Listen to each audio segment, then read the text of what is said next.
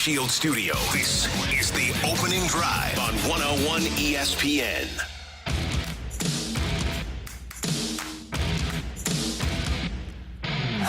Good morning, everyone, and welcome to the opening drive on 101 ESPN in St. Louis, where it's 7 o'clock, your time check, brought to you by Clarkson Jewelers, an officially licensed Rolex jeweler. Brooke Grimsley, Randy Carricker, Danny Mack is out watching his daughter play in the state golf competition this morning, and Danny will rejoin us tomorrow. Brooke was in with BK yesterday, did a great job. Thank you very much for helming the ship, as it were. Yes, thank you so much, Randy, and hopefully everything goes well for Dan's daughter today. It sounds like she's doing pretty well out there, so yeah, she's hopefully, rocking hopefully things will continue to go well for her. How was your golf tournament yesterday? It was great. It was the Bill Wallace golf tournament for the Wallace companies, which is Mobile on the Run and Dirt Cheap. Had a great time. Corey Perkins, my buddy from Mobile on the Run, invited me. Just a fabulous golf tournament. They had a ton of people out there and had a great time, and a lot of people that listen to our show on a regular basis. So hello to them. Had a great chance to meet and talk to a lot of people that listen to the opening drive. So thanks for that. Had a great time. We didn't win, but we had a great time, and the weather was absolutely ideal. It was unbelievable for October 21st. When you're out there for a golf tournament like that, are you very competitive, or is it more just about kind of the schmoozing and talking and just hanging out with people? We actually were having this conversation because I don't, especially in a tournament setting like that, I don't want to play with somebody who's intense. I'm out there totally to schmooze and BS and talk sports. So yeah, have fun, right? Exactly. I'll get mad at myself when I hit a bad shot, but the bad shots are because I'm not concentrating, and I'm not concentrating because I'm talking. So I get mad for 10 seconds, and then I say, well, there's a good reason for that. But I'm not trying to shoot 8 under par in a tournament like that. Well, you do get very competitive during the fight. I didn't know if that was something that transfers into other parts of your life. One of the reasons that I'm sitting here is because I have no real athletic ability, and I recognize that at a young age. So I said, I love sports. I just can't do them. So that's I'll talk about them. Yeah, just easier to talk about. Yeah. So anyway, thank you very much for winning the fight yesterday, too. Yes. A lot of people brought that up.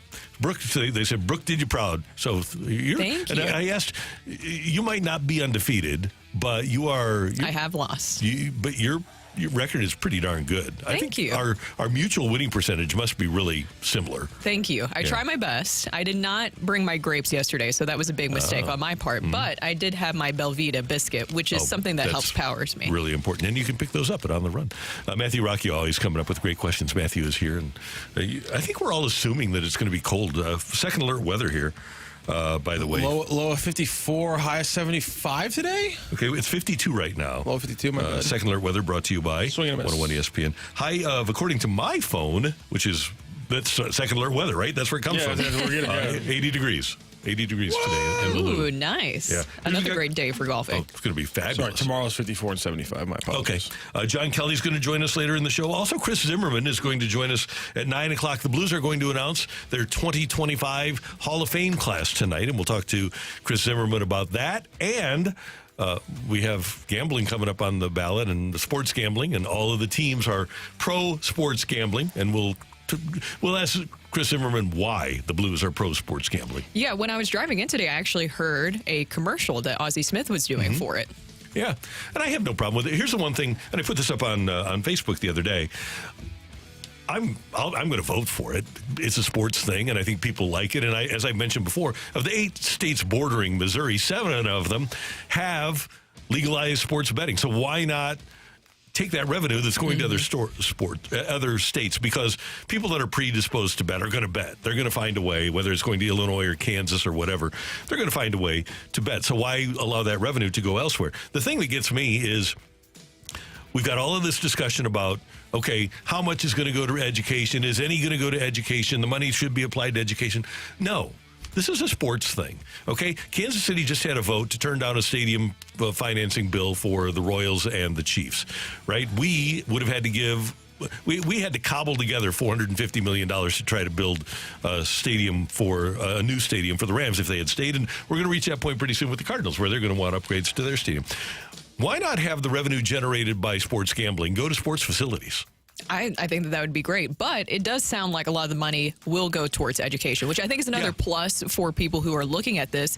When you're talking about the surrounding states and the fact that they are already getting revenue in for this, you can see how it can help in so many different aspects. I would rather that stay in the state than it going to other states. And it's something that can be applied towards education purposes, many different things that can help the area. That's how I look at it. I'm not somebody who personally gambles, but I do see the plus side of how that revenue can help within the state. I do. And the problem, and I confess, I don't know the mechanisms for allowing revenue generated in Missouri to wind up in the hands of teachers. I think we're 50th in starting teachers' salary, which is brutal. Wow. Because there are only 50 states. At least it's last time I was in school, there were 50.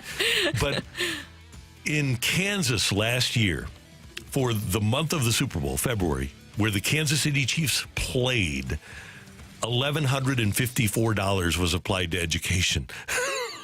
Out of $294 million that was bet in Kansas, with the Chiefs playing in the Super Bowl in February, out of the $294 million that was bet, $1,154 went to education. That's it? Yes. So the mechanism has to be better to allow education to take more advantage of legalized sports gambling. If you're going to tie the two together. Yes, and you say that you're marketing that way. Yeah, then you have to make it worthwhile for the teachers. So I get where the people that are anti-sports gambling because it's really not going to help education, I get where they're coming from, but at the same time, just go back to our initial point about keeping the revenue in the state of Missouri. That's the big thing there, is keeping the revenue here in Missouri, and hopefully it's something that can be utilized in many different ways. And you're right.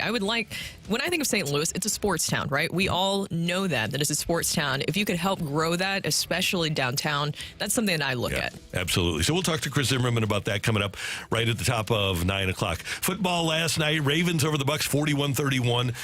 I don't know if you have this. We've got 4 downs from the NFL Week 7 coming up. Do you have that the Ravens are the best team in the NFL as one of your 4 downs? No, because I figured that we would talk about it early this morning. Randy, they're probably the most obvious, dangerous offense in all of the NFL right now, but also the most balanced. You have Derrick Henry able to close out games. He's an absolute monster. But the way that Lamar Jackson has continued to evolve as a passer, I think that's another big story here. Obviously, we know what he's able to do with his legs, and he still showcases that. But the way that he's continued every single season to evolve as a passer, this is a very dangerous offense right now. The Baltimore Ravens lead the NFL in yards per game at 461.4 yards per game.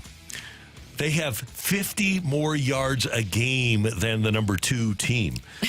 The Lions are averaging 411.8. Then number 3 is Kansas City at 404, and then Washington at 384, Tampa at 383, Green Bay at 383, Atlanta at 370.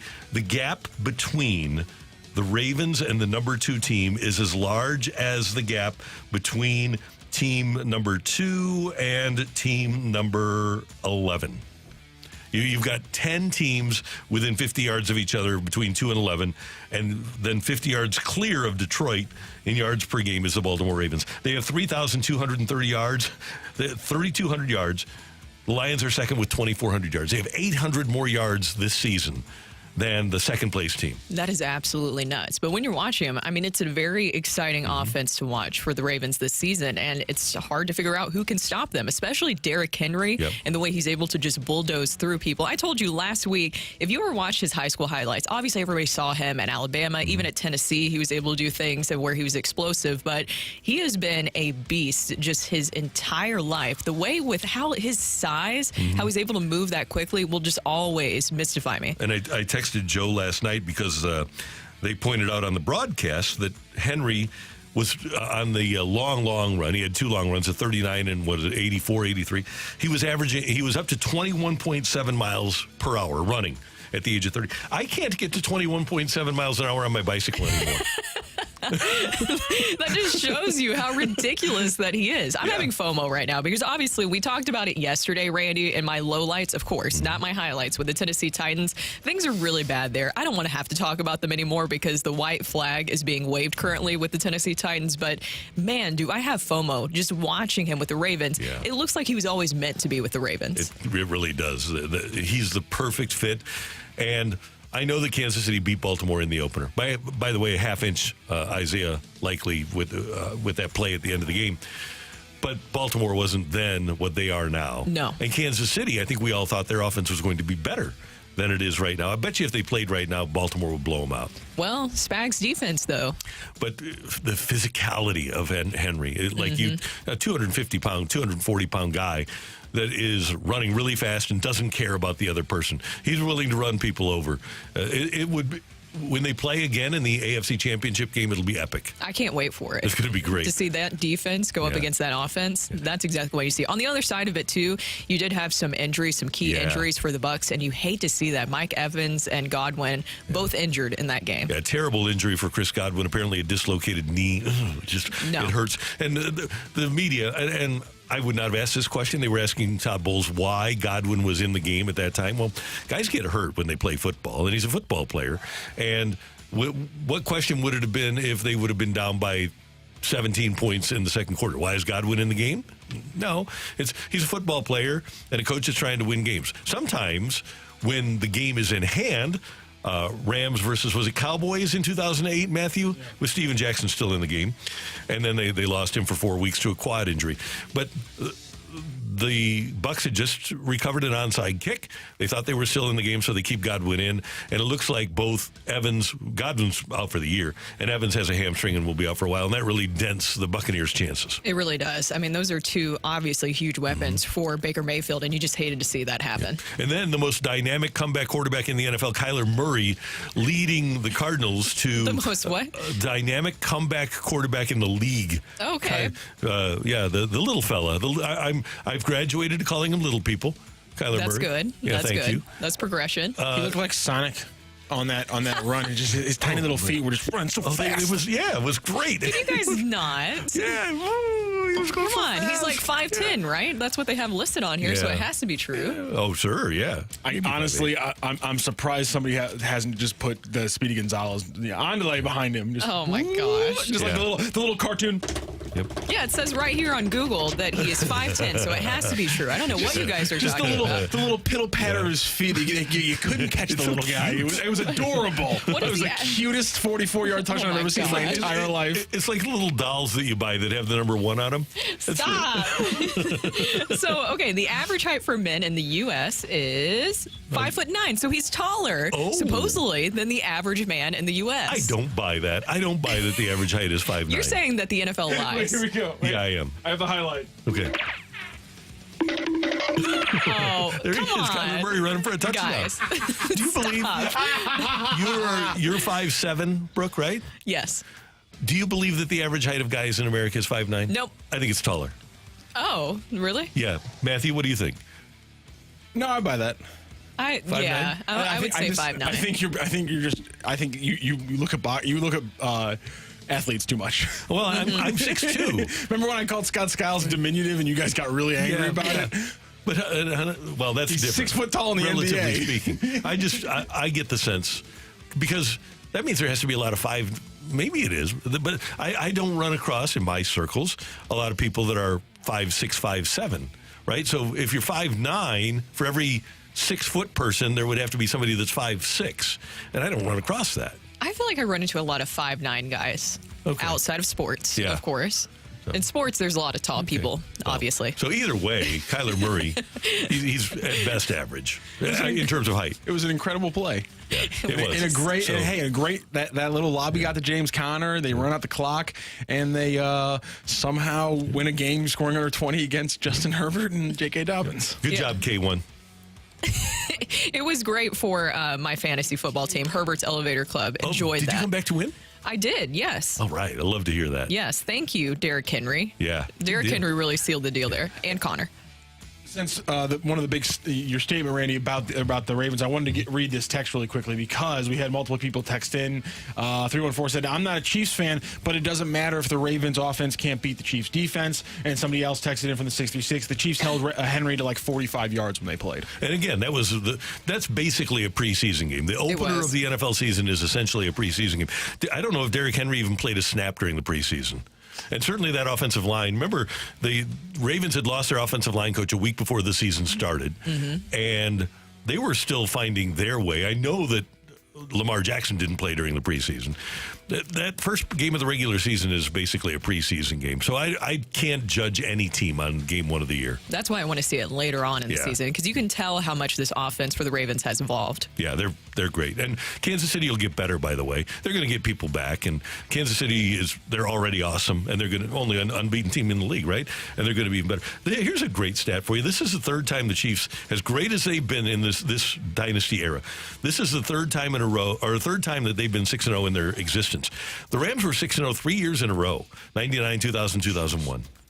I got a stat for you as well. Yeah. It's the first time since 05 Peyton Manning that a quarterback has had more interceptions than touchdowns, and his team has been undefeated through 6 weeks. That's a great That is stat. nuts. That is. Thank you to Pro Football Talk. I mean, not Pro Football Talk, sorry.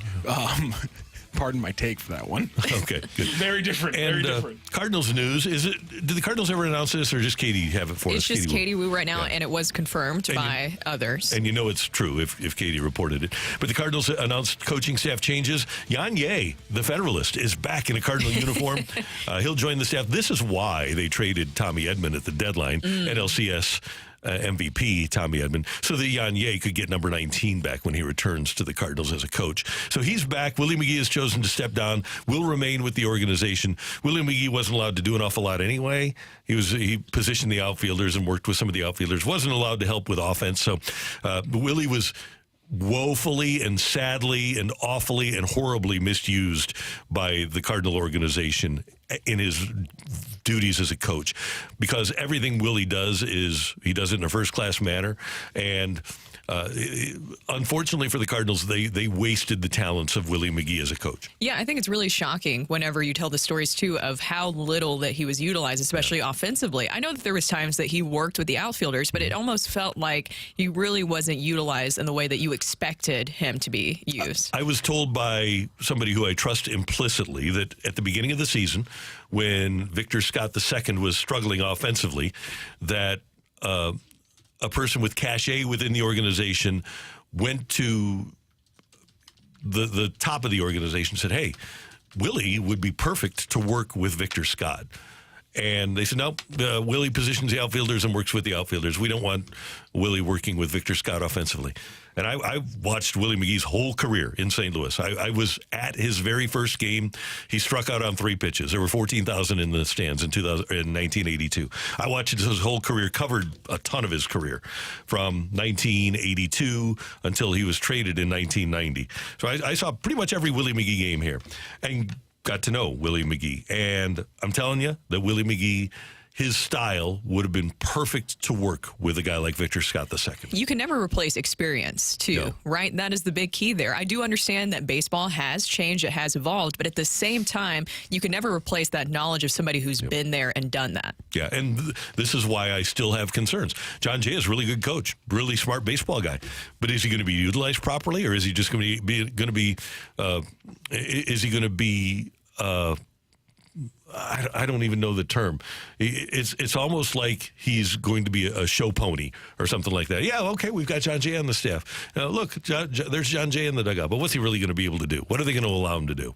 Well, and then you're going to see in the next coming weeks, too, because she also had in her report on The Athletic that they're going to be hiring a new hitting coach soon, an assistant GM, and possibly a farm director. It's unclear if the farm director and the GM will kind of be a dual role for somebody. I'm curious to see who these new people are that they're bringing in. And I think it's great that John Jay is coming in, but this is something that a lot of people have pointed out, that it's almost the same script that we have seen over the years with the Cardinals, where it's somebody who's hired that has been within the Cardinals organization rather than a new perspective coming in. And But luckily, he has worked with a different organization. So I do think that's an important plus side there, but somebody who isn't necessarily tied to the Cardinals organization.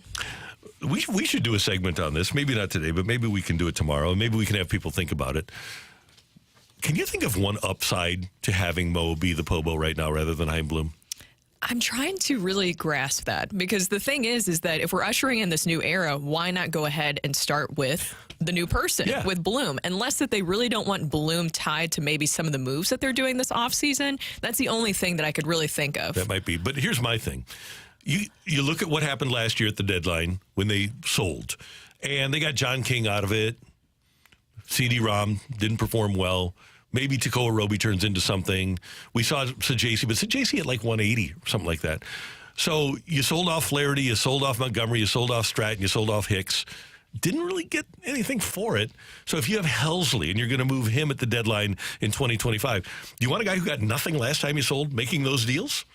It makes a lot of sense. Yeah. And that was something that they didn't really clearly answer about how involved Bloom will be with this, because obviously John Mozeliak will still be your POBO and GM, by the way, because don't forget that Gersh is not in that role anymore. Vice President of Special Projects. Yes, special projects, so he will not be dealing with that GM role anymore. Yeah. So it makes you wonder about how involved Bloom will be with this process. That's the only thing that I can reason out of it, is that maybe because of Bloom's history where he was associated with Mookie Betts, even though that probably wasn't his full decision to make, obviously that's more on ownership and things above him. But maybe they just don't want him associated with another move where you're moving on from some other stars. Yeah, and maybe there's a lot of things they could have done. We'll do a segment about it tomorrow.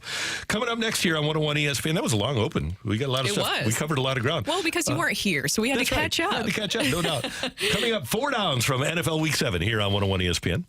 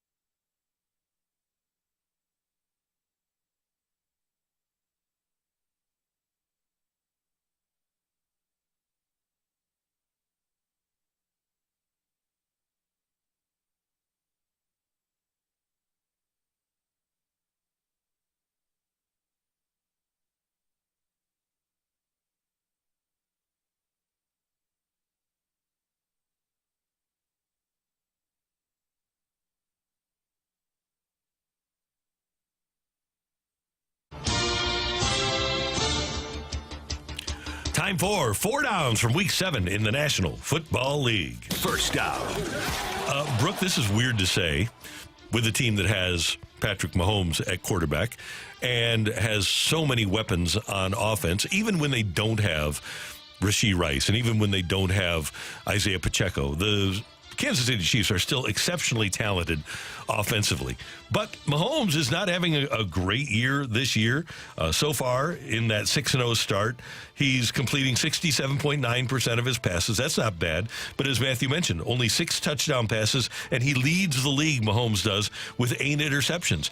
And they're a middle-of-the-pack offense. The Kansas City Chiefs are great right now because of Steve Spagnuolo's defense. They're allowing 17.2 points a game. Their rush defense is sensational, fourth in the league, allowing just 90 yards per game. Their pass defense, because their run defense is good, is middle of the pack. But the Kansas City Chiefs, who just beat the San Francisco 49ers in San Francisco to improve to 6-0, they're great in 2025 because of their defense. Now, can they be great at the end of the season because their quarterback is great and because they get Rashee Rice back and they have Kelsey preserved and ready to go? Absolutely. They can wind up being primarily a team that wins games because of their offense, but I don't think they're going to be. I think throughout this season, the Chiefs are and are going to be great because of their defense. 100%. Don't you think that Spags should just go ahead and be in the Hall of Fame right now for what he's been able to do, especially defensively for this team? And it's not just limited to this year with the Chiefs, because even last year when you were watching the team, things were not great still offensively for them, but the defense gave them enough time where Patrick Mahomes can continue to grow with his receivers. It is absolutely crazy that they're the only undefeated team right now in the NFL, and it's not because of what they've done offensively. It's the Chiefs' defense that continues to carry them on, giving them enough time to where they can build things up more offensively. And oh, by the way, the Hall of Fame has now initiated a process in which assistant coaches can be voted on and inducted into the Pro Football Hall of Fame. And when Spags is not coaching anymore, he definitely deserves to be on that list of possibilities. He really does. And on the other side of it, too, with the 49ers, just touching on this real quick, what do you think about them right now? Well, first of all, I think they need to load up Debo with some antibiotics. I've had pneumonia before, and he'll be back on the field Wednesday if they use the right antibiotics. Just get him a Z-Pack. But, man, it's tough. McCaffrey's their best player, isn't he? Yes. Now you lose Ayuk for the season. You don't have Debo. You really have four big-time weapons, and the only one you have right now is George Kittle. You have Trent Williams getting frustrated. You have a pretty young offensive line. Purdy, when you don't have the weapons, Purdy becomes a little bit more mortal. And they're a team that's going to have to rely on their defense shutting down the opposition, too, if they're going to win. But, man, it's tough to imagine that they're going to be able to keep this run of excellence going with all of the weapons lost that they have. Do you see them missing the postseason possibly? I do. That's what I said yesterday. I don't think it's absolutely shocking just considering just the amount of injuries they've had, and you've seen them struggle because of those losses. On Sunday, though, were you happy? When and not that I was happy that Debo was out with the pneumonia and that Brandon Ayuk went down, but were you happy that they took a shot at Ricky? Randy, I know that you were happy. He's a Second down. Look, Rocc just went ahead and said, all right, we're moving on from that one. I knew that was coming. I mean, literally their healthiest receiver option right now is somebody who was shot like a month ago. Right, exactly. It's so true. It's okay. amazing. So second down, and this is kind of a little bit more of a serious topic, but I'm sure everybody saw yesterday that Dolphins quarterback Tua Tagovailoa will return to practice this week after missing the team's past 4 games. The Dolphins and Tua are aiming for him to start this weekend against the Cardinals. He's been out, obviously, for those 4 games due to another concussion. I have to say another concussion because we've seen him have multiple just in the NFL. And he announced that he will not be wearing the Guardian cap because it's a personal choice and that he's willing to play the odds when asked about how much risk he's putting himself into. This is what he had to say. Well, how much risk do we take when we get up in the morning to go drive to work? Get into a car crash, maybe? I don't know. Everything, I think, takes risk. To answer that question, every time we all suit up, we're all taking a risk that we could potentially get hurt, whether it's a concussion, a broken bone, anything. You get up off of the bed the wrong way, you potentially could risk you spraining your ankle. There's just risk in any and everything. And I'm willing to play the odds. That's it. Randy and Rocchio, his comments sound eerily similar to NFL Commissioner Roger Goodell's comments in 2022, remember, regarding CTE, when he said, quote, "We all know that there's risks with playing football and other sports. There's risks to walking down the street." Don't those comments by Tua sound similar to what Roger Goodell has said when questioned about CTE and the connection to football, especially with what we've seen in the NFL? This feels insanely irresponsible by all parties involved, but especially by the NFL. They have a chance to get this right, and once again, they're dropping the ball on this. And I will, I'm 62 and I get out of bed every morning, and I've never been injured getting out of bed. I would much rather take my chances getting out of bed or walking down a sidewalk than having 280-pound men try to maim me. And I know that he's competitive. You know, Trent Green went back to the Dolphins. Trent Green went all over the country looking for a doctor that would clear him from his concussion issues. And he suffered them with Miami, and he wound up finding a doctor that would clear him to play. Somebody from Tua's family has to get to him and say, look, you've achieved your goal. Maybe you didn't win a Super Bowl, but you played in the NFL. You've got more money than you could ever spend. Why don't you do something for us and not play? Because we've seen you, and show him the video of his seizures that he has when he suffers these concussions. It's terrifying. Yeah, we don't know if you've seen this, but here's a video of the 3 times that this has happened. And take it upon themselves to try to talk him out of playing. I'm very fearful, and I can't imagine that Roger Goodell wouldn't be very fearful about having a player be maimed on the field. I just think also, too, you have a chance to wear the Guardian cap. We have also seen players do it. There was a player recently who had a concussion that came back, and he was wearing the Guardian cap. It's an extra layer of protection for these players. I think this is also something bigger than Tua, and I wish that he realized that, because there's young kids watching who are playing football, who want to play football, who idolize him, and they've seen what has happened to Tua on the field. They have social media. They watch the game. They saw those concussions that we've all seen. This is a chance for Tua to show the next generation that it is cool and okay to wear the Guardian cap, because you're prioritizing your physical and mental health. Absolutely. I'm glad you phrased it that way. Just as soon as he said that, I already knew it, but him saying it like that just proved Roger Goodell's a scumbag, and coming out and giving the whole, well, we get in our cars every day and that's a risk. It was disgusting when he did it. It's disgusting in hindsight. And the next time Tua Tagovailoa gets knocked out with a concussion, they need to come up with something like a kind of sports science like simulation where Roger Goodell has to take the same kind of impact that Tua just took or something like that. Like, he has to pay for making that comment and having now players risking their lives using the same rationale, BS rationale, we should say, that he gave one time. It's incredibly disgusting. I cannot believe that he even said that with Tua. I couldn't believe that Tua said that. I was shocked. It's amazing. But you know what? He's trying to talk himself into it. I'm sure there's a lot of rationalization going on here. Because he wants to help his team come back. The Dolphins have been terrible, obviously, since he has left. But even if he comes back, do you really think that he will be able to orchestrate a great comeback for the Dolphins? No, they'll lose to my third down here this weekend. Third down.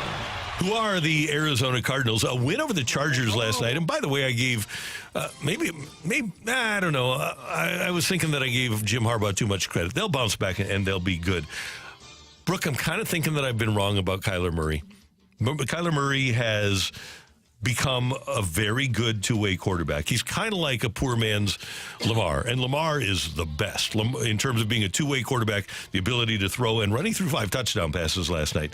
But Murray this year has become a much better quarterback. Last night, 14 of 26, only 26 attempts, but averaged 10 yards per completion, threw a touchdown. Then he ran 6 for 64, including the 44-yard touchdown run. And on the season, Murray, granted, the record is 3-4, but he's completing 66% of his passes, 9 touchdowns and only 3 interceptions, which is great for him. And he's been able to run the ball.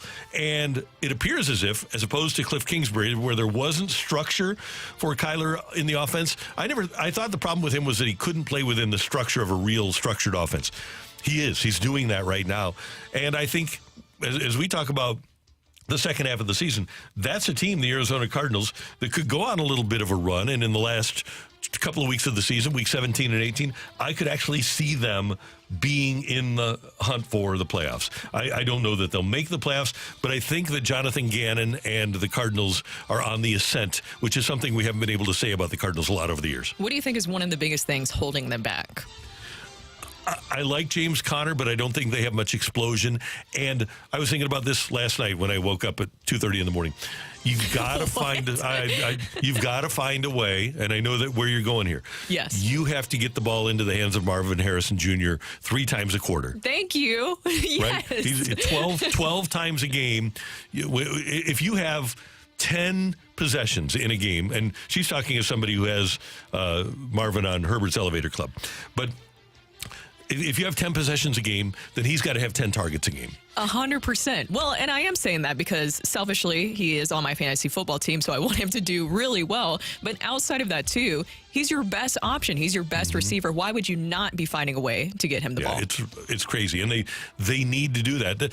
Teams, for whatever reason, with weapons, don't do that enough. That's one of the things Mike Martz was great at, is get the ball into the hands of your weapons. And he made it a point. He had a numerical idea. Marshall Faulk was going to touch the ball 18 times a game. That was the number for him. Isaac Bruce, Torrey Holt, everybody was going to get the ball in their hands X amount of times a game so that you knew you had that opportunity with them. Cardinals need to do that with Marvin Harrison. By the way, at Miami for Arizona, that could be a win. Then you get Chicago at home. That could be a win. And then the Jets, that could be a win. They could be sitting 6-4 before they head on a stretch that's going to be tough. At Seattle, at Minnesota, Seattle at home. And then you wind up with New England, Carolina, the Rams, and Niners. All four of those games. They could be 6-4. They could get to 6-6 and then win out. So they could go on a little run here. The Arizona Cardinals could. That's my third down. So the fourth down for me, fourth down will be the Jets, Randy. The Jets are 2-5, and things are not great right now with everything surrounding them. They fired Robert Saleh. That didn't fix anything. They brought in Davante Adams. I guess they wanted to run back and kind of redo 2014 and 2021 with Adams and Rodgers. That didn't change anything. And nothing seems to be working for this team, and I don't know what else you can do at this point. So, Aaron Rodgers, how do you keep the belief going in the locker room right now? Here's what we had to say about that yesterday. Stop listening to you guys, number one. Number two, got to be accountable, I got to play better. That's the key. I got to play better. We got to find a way to run the ball better so we can action pass. I thought did some nice things in the passing game. Brees obviously had a couple of really nice ones. Spread the ball around to Tay, G, and Allen. Mike had a nice conversion. But we got to run the ball better, and I got to play better.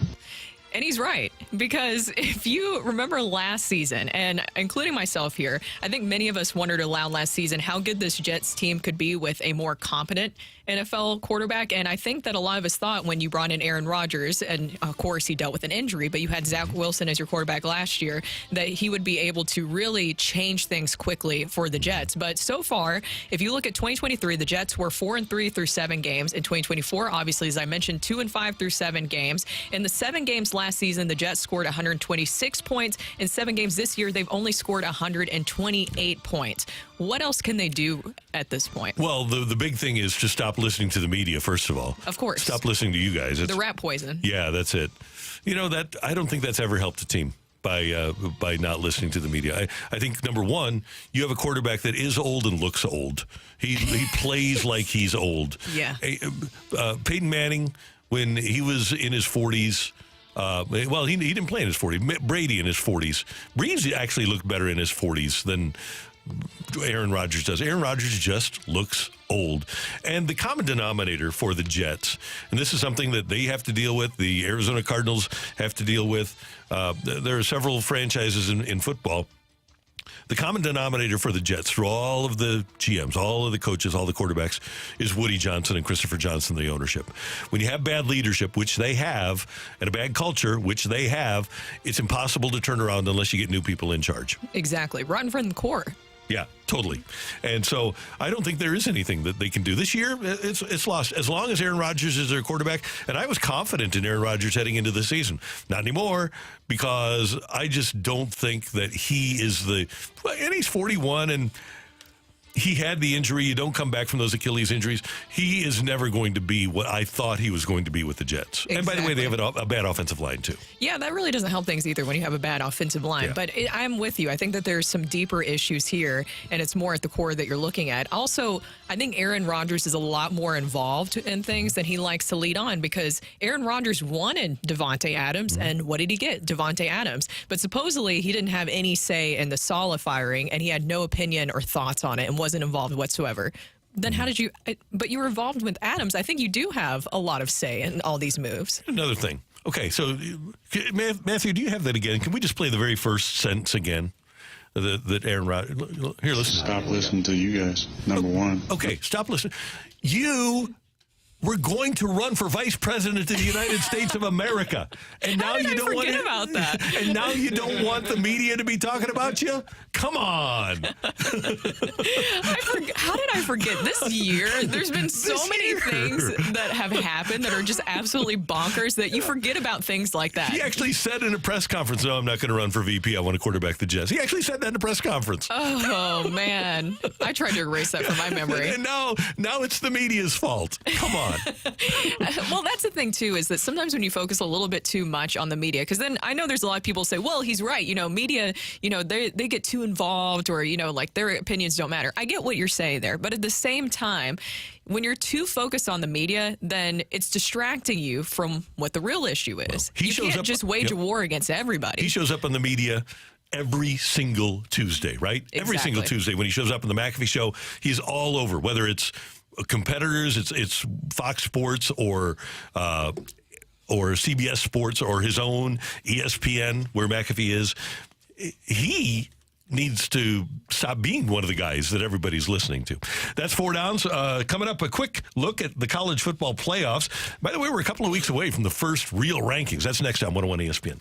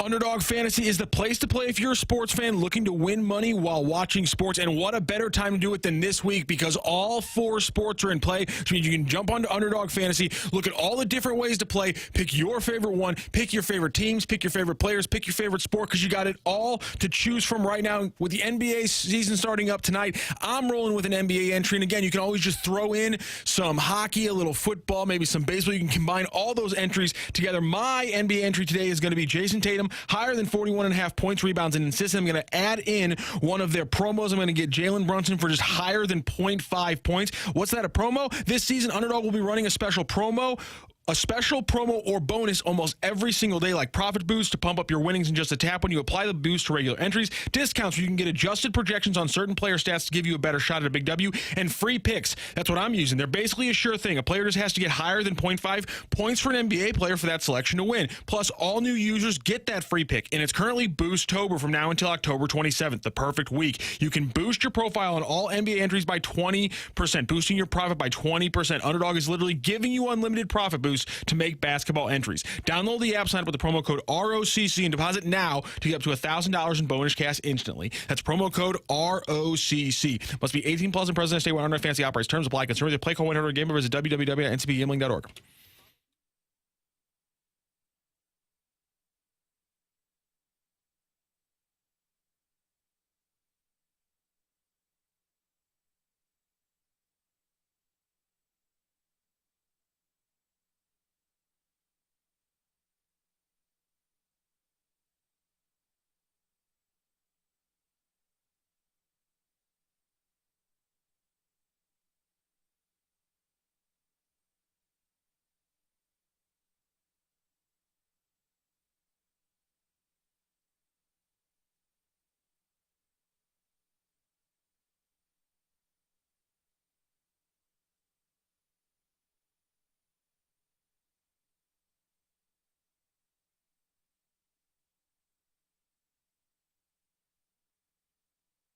This is Rocky with your Sports Center update, driven by Johnny Londoff Chevrolet and Johnny Londoff Autoplex. Closing out Week 7 in the NFL season last night with a Monday night doubleheader. The Ravens 41-31 over the Buccaneers, but it wasn't really that close. And the Cardinals just eked by the Chargers with a last-second field goal, 17-15. Your St. Louis Blues back in action tonight, facing off against the Winnipeg Jets. You can catch that game right here on your home for the St. Louis Blues, 101 ESPN. That game starts at 7 p.m., so you can catch the pregame show right here at 6 p.m. And we got plenty of Blues talk coming up. 8:15, John Kelly, voice of the Blues, will join us, and then Blues president and CEO Chris Zimmerman, talking about the Blues Hall of Fame, joins us at 9 a.m. today on the show. That is your Sports Center update, driven by Johnny Londoff Chevrolet and Johnny Londoff Autoplex. See them at londoff.com. Chevy, together we drive. Are you kidding me?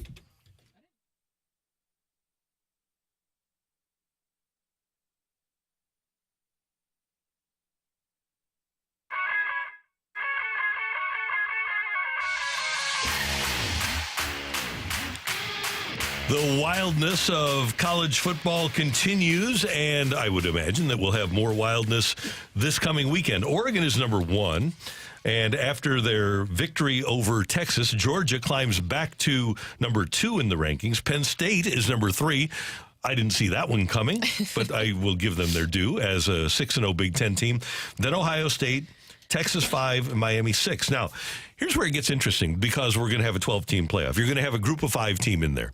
And so you're going to have 11 teams. You're going to have the 4 champions of the conferences, which right now would be Oregon, Georgia. You'd have Miami from the ACC. And then your Big 12 champions would be Iowa State at the moment. So that would be your 4. Here's the thing that I find interesting, Brooke, and this very well could and probably will change. But if you were going to use the AP poll as your guidepost today, granted, we're still a couple of weeks away from having the committee vote.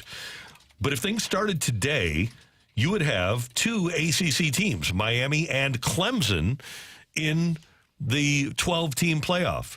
You would also, in theory, according to this poll, you'd have both Iowa State and BYU from the Big 12.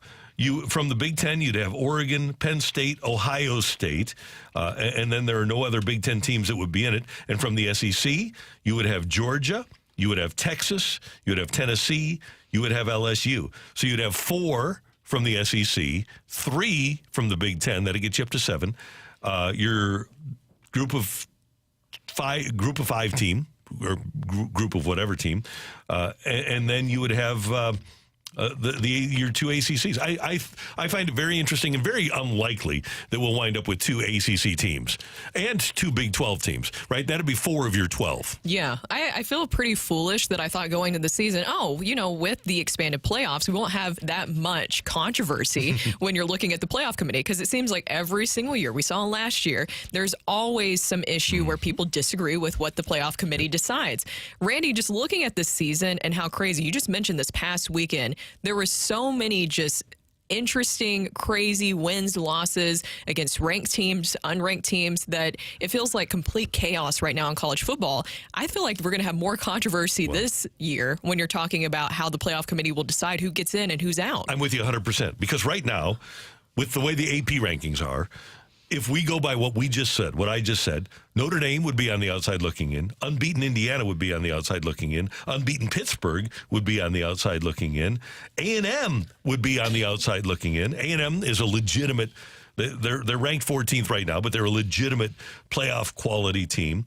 Alabama with 2 losses, and they are Alabama, would be on the outside looking in. And Ole Miss would be on the outside looking in. A lot of teams that people thought were basically automatic playoff teams would be on the outside looking in. I can't imagine, for example, that committee will get together in a couple of weeks, and I think Notre Dame probably is in a position to win out. They are not going to have Notre Dame on the outside looking in. They're 6-1. They've got 24th ranked Navy at home this week. They get Florida State at home the week after that. They've got UVA. They've got 23rd ranked Army at home, and then they go to USC. I could very easily see Notre Dame winning out, and if they do, if Notre Dame wins out, despite the loss to Northern Illinois, they're going to be a playoff team. Would you be surprised if a 2 or even 3-loss team makes it to the playoffs? I don't think we can have a 3-loss team make it, but I think we'll have multiple 2-loss teams make it. Yes, just because, too, the quality of the scheduling. I think that's a factor that will be something that they look at, is the quality of the schedule you had. I do think maybe even style points might matter, too, when they're factoring into things. There's no doubt. That is something that they wanted to avoid, but that has to be in play. Let's take a look here. You've got Georgia, all right? They're number 2 in the country. They are still going to play at Ole Miss, and they've got 7th-ranked Tennessee on their schedule. If Georgia loses 2 games, and one of them is to Alabama, who was number 1 when they played them, and another one is at Ole Miss, do you keep Georgia out? Because those are probably the 2 best losses that you could ever.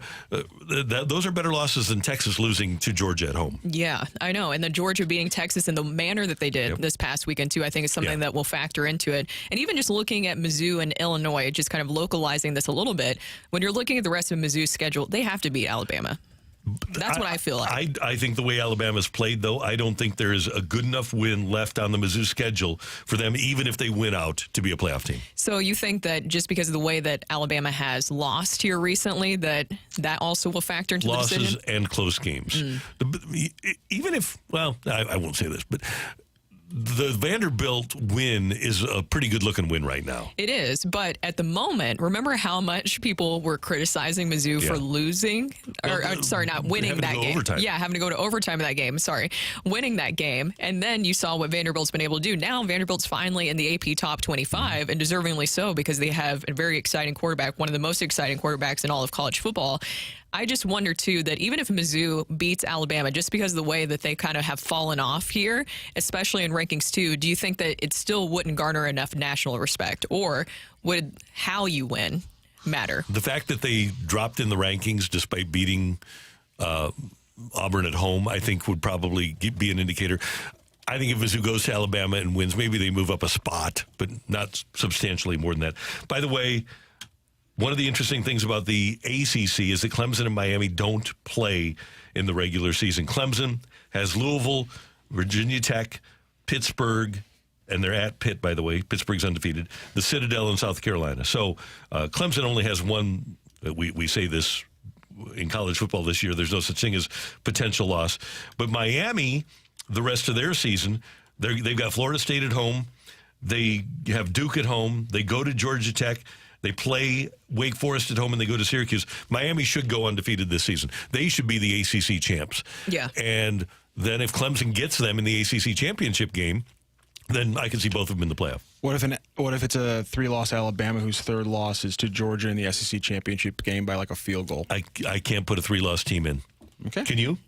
No, but I'm putting it out there because in that scenario, let's say they absolutely shellac both Mizzou and LSU. That's two more ranked victories for Bama. Plus, again, where's Georgia in the national conscious when if it's a close game, let's say again in the rematch between them and the SEC championship game. Again, that is kind of rare because LSU has to lose the right 2 games. Texas A&M still has to lose the right 2 games for them to actually get Bama in the SEC championship game. So it's unlikely, but still, I just want to throw it out. This goes back to Brooks' points about style points as well.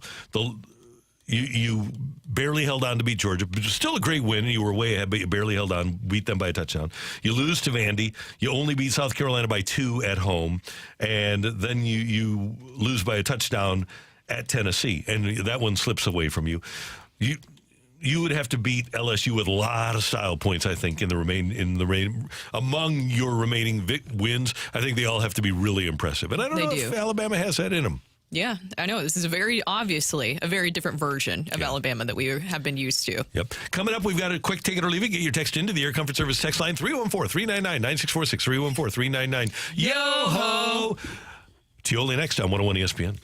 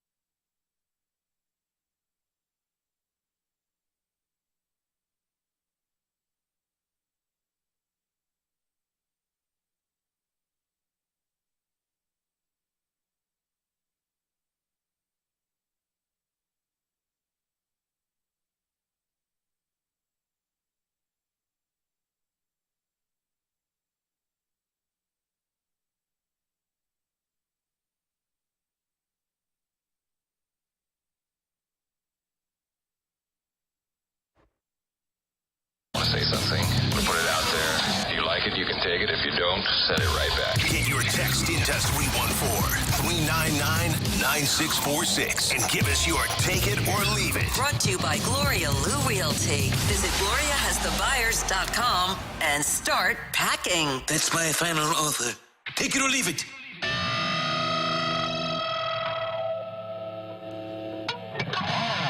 All right, quick take it or leave it. Brooke, we'll start with this. We get a text that says, Randy, you are crazy. A one-loss SEC team will be guaranteed to get in.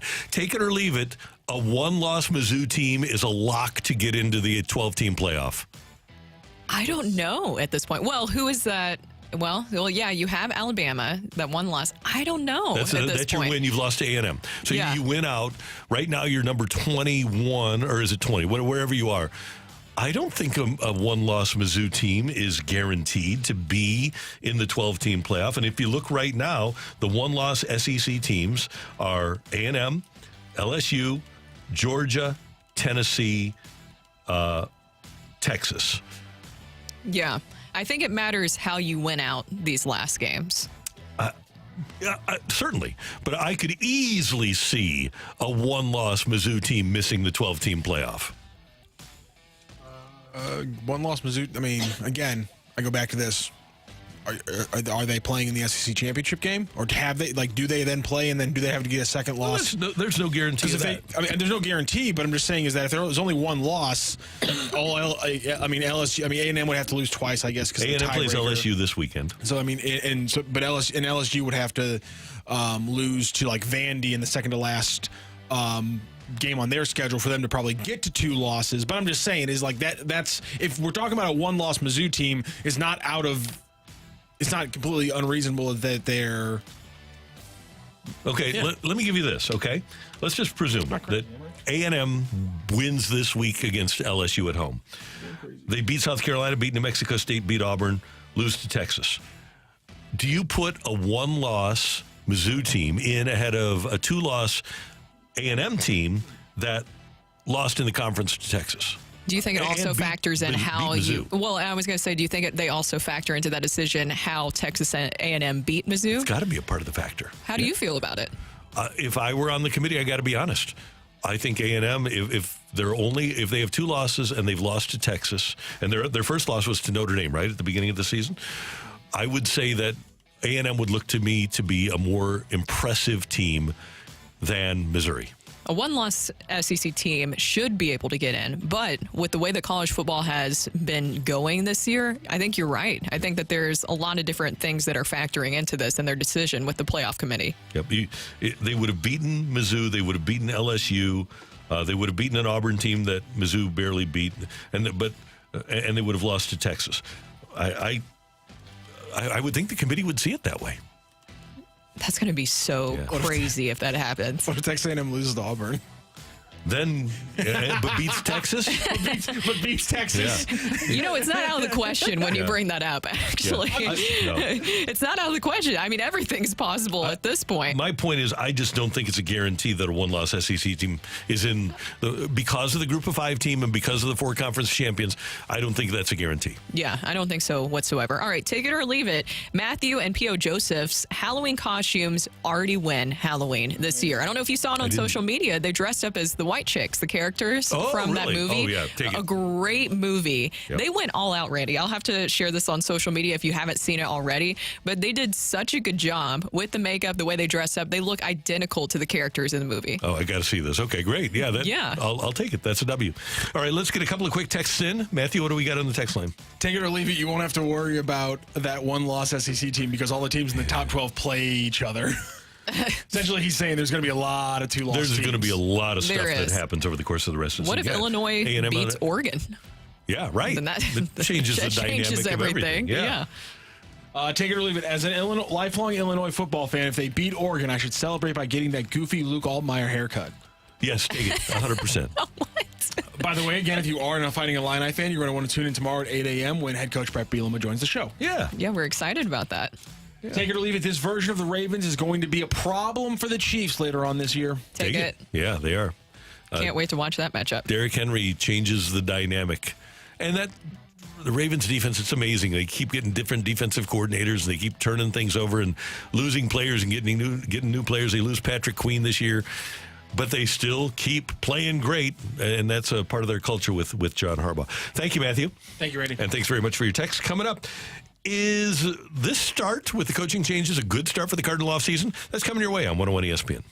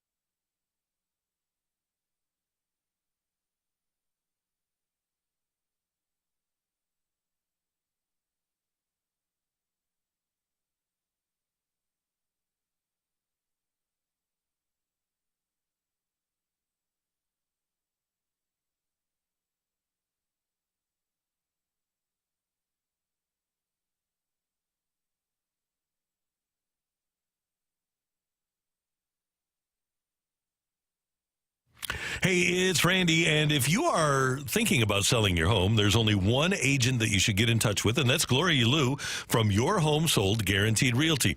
We, as people who are preparing to sell homes, generally aren't experts about the home selling process. Gloria Liu is an expert. She's been at it for more than 20 years, and she's got a lot of different options for you in regards to selling your home. And she also has, with those 20 years of experience, a database of buyers that are ready to purchase a home in your neighborhood and in your price range. And that's how she's able to get the most money, and she's able to get the quickest sale for your home. Whatever you want to do, whether you want to sell it quickly, whether you want to stay in it for a while, she'll come up with a great plan for you and provide you what you're looking for in regards to selling your home. You can get in touch with Gloria at 314-325-6888, 314-325-6888, or you can visit her on the web at gloriahasthebuyers.com. If you don't sell your home at your agreed to price and time frame, she'll buy it herself. And that's guaranteed in writing. As always, Gloria and seller must agree on price and possession date. To learn more, visit gloriahasthebuyers.com.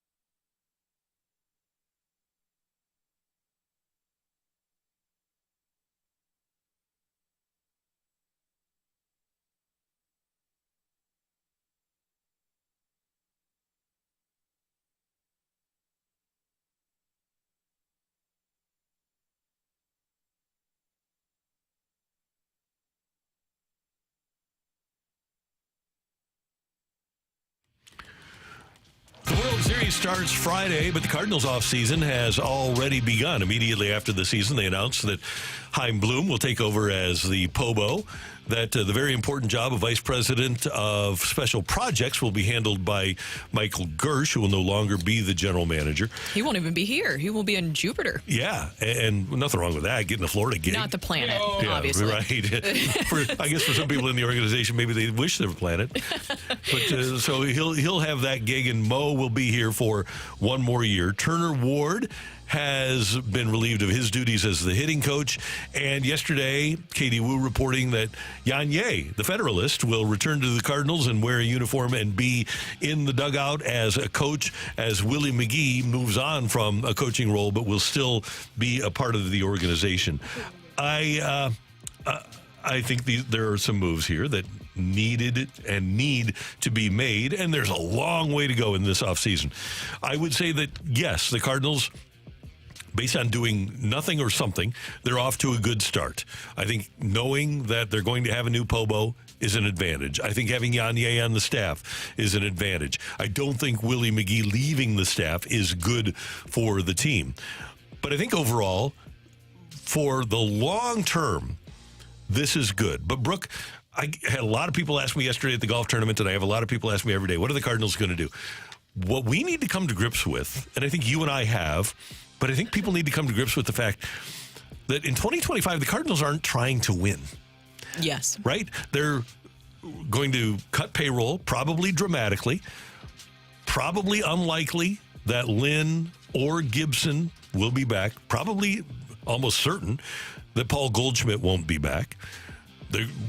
They're probably going to try to trade Sonny Gray. So maybe Ryan Helsley. Right? And if not now, then certainly by the trade deadline when he's set to become a free agent. So, and I mentioned this during the season, I will not be surprised if on opening day out of the Cardinals' 26-man roster, you might have a couple of new relievers that come from other organizations, or maybe you get somebody in a Sonny Gray trade that fits into the bullpen.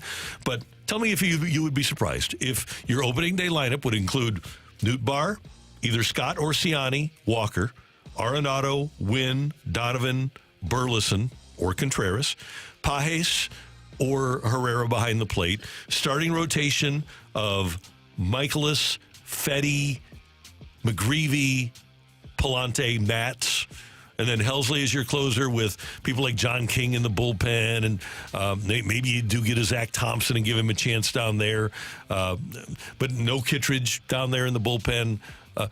Maybe you've switched things around. But I would not be surprised if on opening day, the Cardinals starting rotation and starting lineup, and most of the bench is already on this roster. And that would include Luken Baker as a bench guy. That would include a multitude of possible extra outfielders. I just think that there's a really good chance that what we see is what we get. No, I wouldn't be surprised whatsoever. And I think this is really interesting. One, I think it's fantastic that John Jay is joining the staff. He will be a huge asset. But one thing that a lot of people have pointed out on social media, I've already seen this on the text line too, is people are kind of wanting a new perspective to come in. It seems like the same script that we see over and over again with the Cardinals and how they handle offseason and also their coaching hirings is that it has to be somebody who has been within the Cardinals organization, a former player. We're going with the same script. Now, he has been a part of a different organization. I know that John Jay also has more ties to St. Louis. I believe his wife is from here, so that could be another factor in the decision. But at the same time, I was hoping that we would see more people, and there's still a chance, that we would see more people who not necessarily went through the Cardinals organization, so you could bring a different perspective, kind of the same ilk of the Chaim Bloom hiring, somebody who can bring a different perspective into this group. And with Willie McGee, he will be a special advisor. How many special advisors do the Cardinals have at this point? A lot of them. I feel like that is something that they have plenty of. Yeah, they might lead the, obviously coaching wise, they have some issues there that they're having to hire more people because that was the emphasis was player development. But it seems like they're not short of special advisors for this team. And guys, tradition meets today. That has been a Cardinal credo in the past. It's been one of their slogans. Well, here's what I'm saying.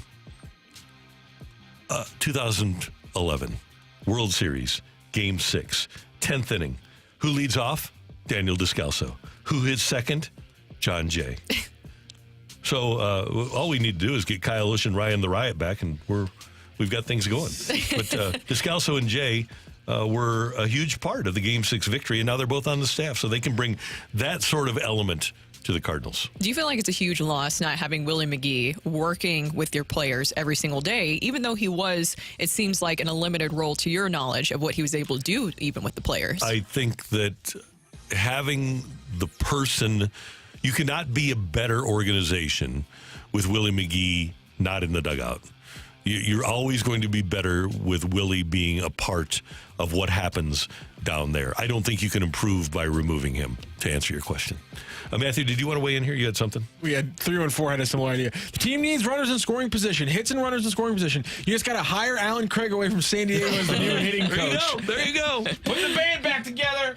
Yep. And Randy, you had a good question about this earlier that I think is something that I don't know if we will ever get answered. Why not just go ahead and usher in this new era? I think it's interesting that it feels like they are almost kind of easing Chaim Bloom into this role as though he hasn't already been in this role before in Major League Baseball. He has shown that he's capable of doing this, but for whatever reason, they're still just not ushering in this new era, but they're showing it's on the way. We're just still going to have John Mozeliak be the president of baseball operations and GM to oversee this ushering in of the new era. And it is one thing if you're the St. Louis Blues and you have Larry Plow as your general manager and Doug Armstrong waiting in the wings as your future general manager and ultimate president of hockey operations. But the Blues were good. That was the difference. When Larry Plow was running the team, they had come out of their rebuild and they were improving. Things were getting better. And I don't think, number one, I don't think people had lost complete confidence. Yeah, they kind of had in Larry Plow. But Armstrong was a guy that had input and made moves or was a part of making moves. I think people would be more confident if they thought that Chaim Bloom was part of the process here. Mizzou is way better. Chimes in on the YouTube chat. He says, it's been reported that Trip Cromer will be the new hitting coach, and Rene Ochoa is replacing Dusty Blake as pitching coach. Now, these are some good pickups. Yeah, there we go. We're basically just running it back, right? Yeah, why not? Yeah, why not? By the way, 13 years ago tonight, Albert Pujols hit 3 home runs in the World Series, in World Series Game 3 down in Texas, and the Cardinals won by a score of 16-7. So there's tradition meets today as well. I also want to give credit to 314, who I think drilled down to the most obvious and correct answer of this. Mm-hmm. It's because he has another year left on his contract. Well, yeah. That is honestly the answer, though. It's because he does have another year left. There's drill down to follow the money, baby. Yep. There it is. Not wrong at all. He's got 1 year left on his contract. Yep. So there it is. I just think it's really interesting that the press conference, and I know we've talked about this a lot, but just kind of to this point about ushering in this new era, is that the whole point of the press conference was focusing on player development, which is what they're saying that Chaim Bloom will be focusing on this year before he takes over as the president of baseball operations for John Mozeliak. But they wouldn't really answer about why they let it get to this point where player development had to really be so refocused within the organization. I think that's just, it's something that they felt like, okay, we've got to have a sacrificial lamb, so it's Gary LaRocque, because our team is fun to watch. And so we just need... That's what they said, right? That's what they said. Did you enjoy it? No, and that's why I wish that the thing would have gone longer than 30 minutes, because my next question was going to be, why? What made this team fun to watch for you? I would have wanted to ask Mr. DeWitt that. Yeah, specifically. What made it fun for you to watch? Well, they said it was the young players. Good. Mason Wen, which I do love watching Mason Wen. Yes, but when you're talking about runners in scoring position, that's something that comes up a lot during games, and that was not fun to watch for the Cardinals. Not at all. World Series starts Friday night, by the way. Do we have it here on 101 ESPN? Yeah, World Series Game 1, Friday night, pregame TBD. That's Brooke. I'm Randy. Coming up, we'll head to the Blues booth. John Kelly, TV voice of the Blues, next on 101 ESPN.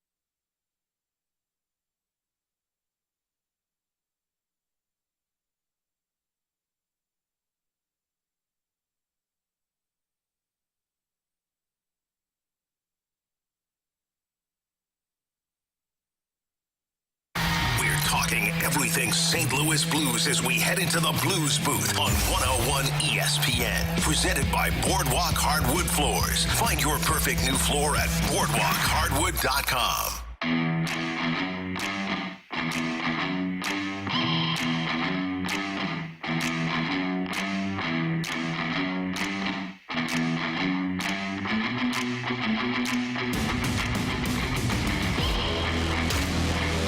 Blues and Jets tonight at Enterprise Center. It is a 6 o'clock pregame, 7 o'clock faceoff here on 101 ESPN with Brooke Grimsley. I'm Randy Carricker. We head to the celebrity line, and our friend, the TV voice of the Blues, John Kelly, joins us. Good morning, JK. How you doing? I'm doing well, Randy. How are you today? Doing well. And let's start with Winnipeg, 5-0, undefeated atop the Central Division. Winnipeg's undergone some changes, coaching changes a couple of years ago, and obviously dramatic changes in the core of their team. But there they are, sitting atop the division. Yeah, you're right. Scott O'Neill has taken over for Rick Bowness, and they've scored 24 goals in those 5 victories, so nearly 5 goals a game. I saw their last game on Sunday, and they're just a really good team right now. Hellebuck in goal, though he didn't play in the last game, he is certainly one of the very best in the NHL, led by Mark Scheifele and Kyle Connor. They have a good defense led by Josh Morrissey. So this is going to be a test tonight, a big test for the Blues, and they swept the Blues all 3 games last year. So they have been a pain in the side for the St. Louis Blues the last couple of years. John, obviously a lot of positives in that Canes victory this past weekend, especially, we just keep talking about it, but it feels like you have to every single game because the new acquisitions really just continue to show their mark and show up for this team. What did you see in that win that stood out to you the most? Well, what I did see was that, the Blues obviously were outplayed badly in the first period, and Joel Hofer kept them in the game. And I think the shots were something like, 19-4, and it was only 1-0. And then the Blues found their game and found their legs in the second period and scored those 3 quick goals. So, that's great to see. And the Blues have 4 wins this season, as you guys know. And in 3 of those 4 games, they've had to come from behind. So it'd be nice if they could get ahead. And, of course, they won the game against the Islanders in overtime, 1-0. So they really never led that game. So they need better starts is the bottom line. And in regards to the new players, obviously they all had really good games in the last outing against Carolina. Broberg continues to impress. Another points in all 6. Holloway with a brilliant goal, and Matthew Joseph, another beautiful goal for the Blues. So the signings are really good, and Texier could return tonight. At practice yesterday, he was running on the 4th line with Rocc Foxa, so he hasn't played since the first game.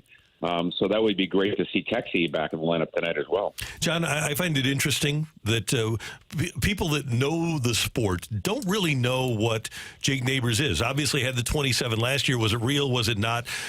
We've had pretty good sample size of Jake Neighbors now. What do you think he is?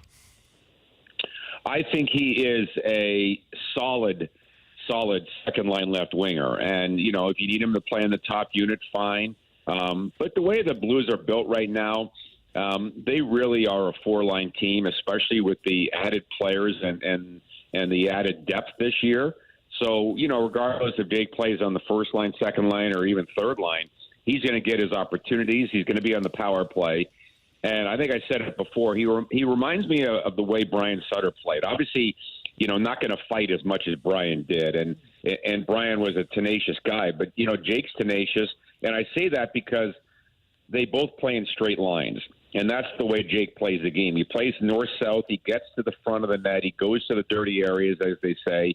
And that's what Brian did in his career. So I love a player like that. And he had 27 goals last year. Is that going to be his career high? I think it's way too early to say, to cap him on that. I mean, who knows? He could get 30 this year. And he might have had 30 last year had he not got hurt in San Jose late in the season. So he's the kind of player that plays the game the right way.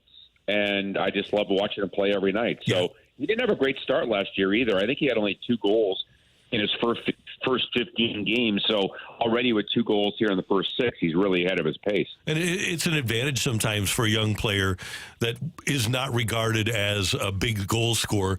They almost have to play that 200-foot game as a youngster. That is what their value is. And one of the nice things about him scoring 27 is that he still plays both ends of the ice, too. Well, exactly. And I know that the coaches have talked a lot about that, playing a 200-foot game, and not just about Jake, but obviously about Robert Thomas and Jordan Kyrou and Zach Bolduc. And it's obviously a game that requires a lot of skill, but also a lot of effort. And, playing a 200-foot game, coming back in your own zone and playing good defensive hockey is really about effort and not so much about skill. And anyone can do that, right? I mean, anyone can try hard and give 100%. So it's just a matter of wanting to do it, and then you let your skill take over in the offensive zone. But Jake is a very dependable player, and has a great conscience. And what a future he has for the Blues. Speaking of things defensively, what have you thought of defensive pairings, especially that one with Broberg and Falk? Well, considering that they haven't been on the ice for a 5-on-5 goal against Brooke, I'd say it's pretty good, right? Yeah. Probably better than you anticipated. And, a guy like Broberg had not even played 100 NHL games before this season. So, he comes in and didn't play until Game 4 of the 3rd round last year for the Oilers as far as playoff action, and then played every game from there on. So, until you see a player, to me, every single night, it's really hard to gauge, where he is in his development, how good he can be. And I've been blown away by Broberg's play, not just with the points, and the points in every game are great. It's tied a record for a Blues defenseman to start his career. But more than that, he's been really solid in his own zone. He kills plays with his legs a lot like Parayko does. When he gets that puck, he just, a couple of steps and he's out of trouble and maybe out of the zone. So I think his defensive play, to me, has been just as impressive as his offensive play. And he and Falk look like they've been playing together for 5 years. So that's really good to see. JK, the Blues will unveil their 2025 Hall of Fame class tonight. I think this is one of my favorite things the Blues have ever done. Their first induction class was a couple of years ago. And I know it's always fun for you because of your literally life experience with the St. Louis Blues. It is, and I look forward to it. I'm on the committee, so, I have a vote. I know the fans have a vote.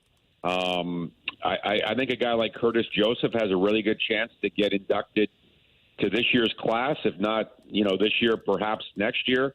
But Cujo had a great year, a great career as a Blues goaltender. But I'm excited. I don't know the class and the players that are going in and the executives. So I'm on the edge of my seat like you are, Randy. We'll see tonight during the first period. Looking forward tonight. And by the way, it's FanDuel Sports. I don't know if I said Bally earlier, but you have to get used to this too. It's FanDuel Sports Midwest now with the Blues and the Jets tonight. Yeah, technically it's FanDuel Sports Network. So okay, got it. Okay. I've got to get that as well as you do, Randy. So yeah, we can't make mistakes. So yeah, we're excited about the new opportunity with FanDuel Sports Network. All right, JK, thanks so much for the time. We'll talk to you soon. Okay, thank you. See you later.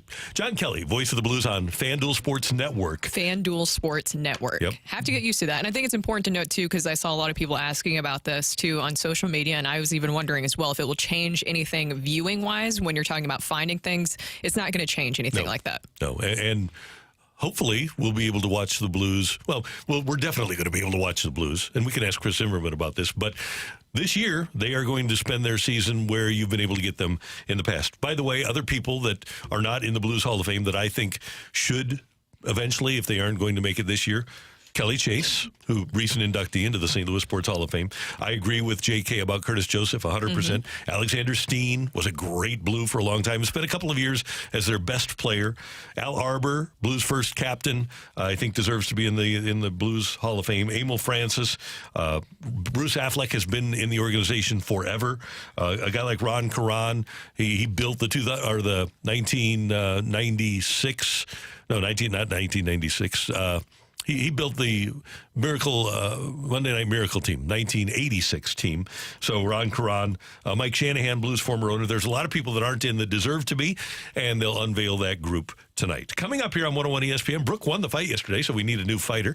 You can text in 314-399-9646, 314-399-YO-HO. Put your name and the word fight if you'd like to fight me next here on 101 ESPN.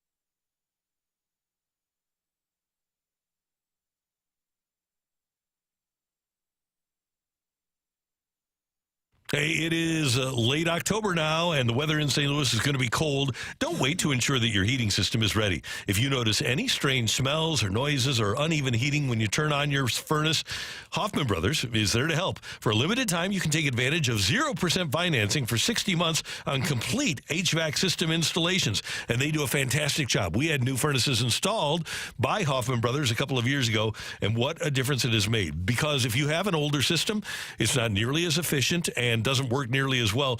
You're going to save a ton of money on your gas bills when you get a new furnace from Hoffman Brothers. Schedule your heating check today for peace of mind before the cold really hits.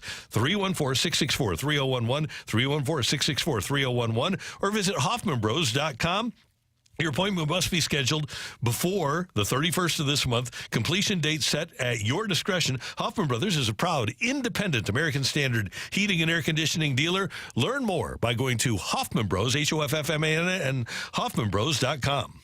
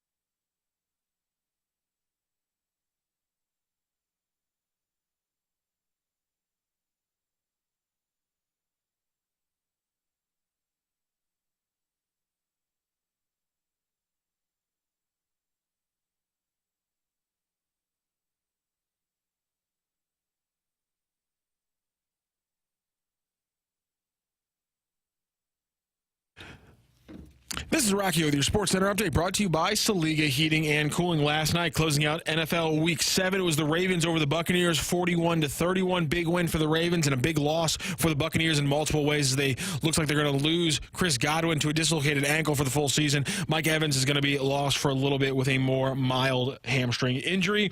And in the other doubleheader game, it was the Cardinals late over the Chargers, 17-15. St. Louis Blues back in action tonight, facing off against the Winnipeg Jets. You can hear more of that talk on our Dobbs Tire and Auto Centers podcast as Brooke and Randy talked it over with John Kelly. You can also hear some big announcements coming from the Blues coming up at 9 o'clock as President and CEO Chris Zimmerman joins the show. That is your Sports Center update brought to you by Saliga Heating and Cooling, an independent American Standard heating and air conditioning dealer.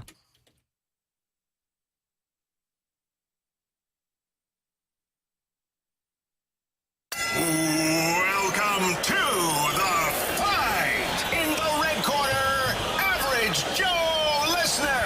And in the blue corner, the undisputed king of morning drive. Please welcome Randy Carricker.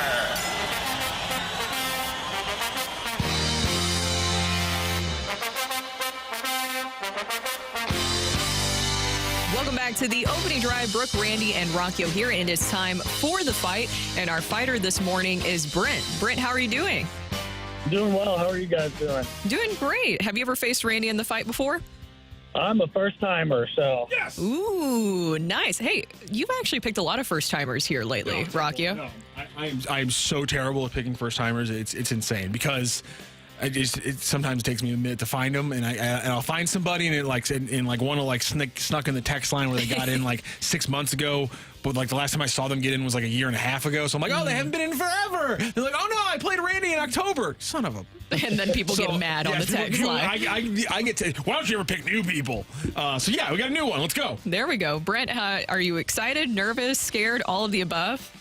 You know, all of the above. I know Randy is a mega mind for a reason, but I'm interested here to see what I can do. There you go. If Dan was here, he would say, choose your answers with conviction. So we'll get started with question number 1. You ready, Brent? I'm ready. Okay. Which team won last year's inaugural edition of the NBA's midseason tournament known as the NBA Cup? Was it the Kings, the Magic, or the Lakers?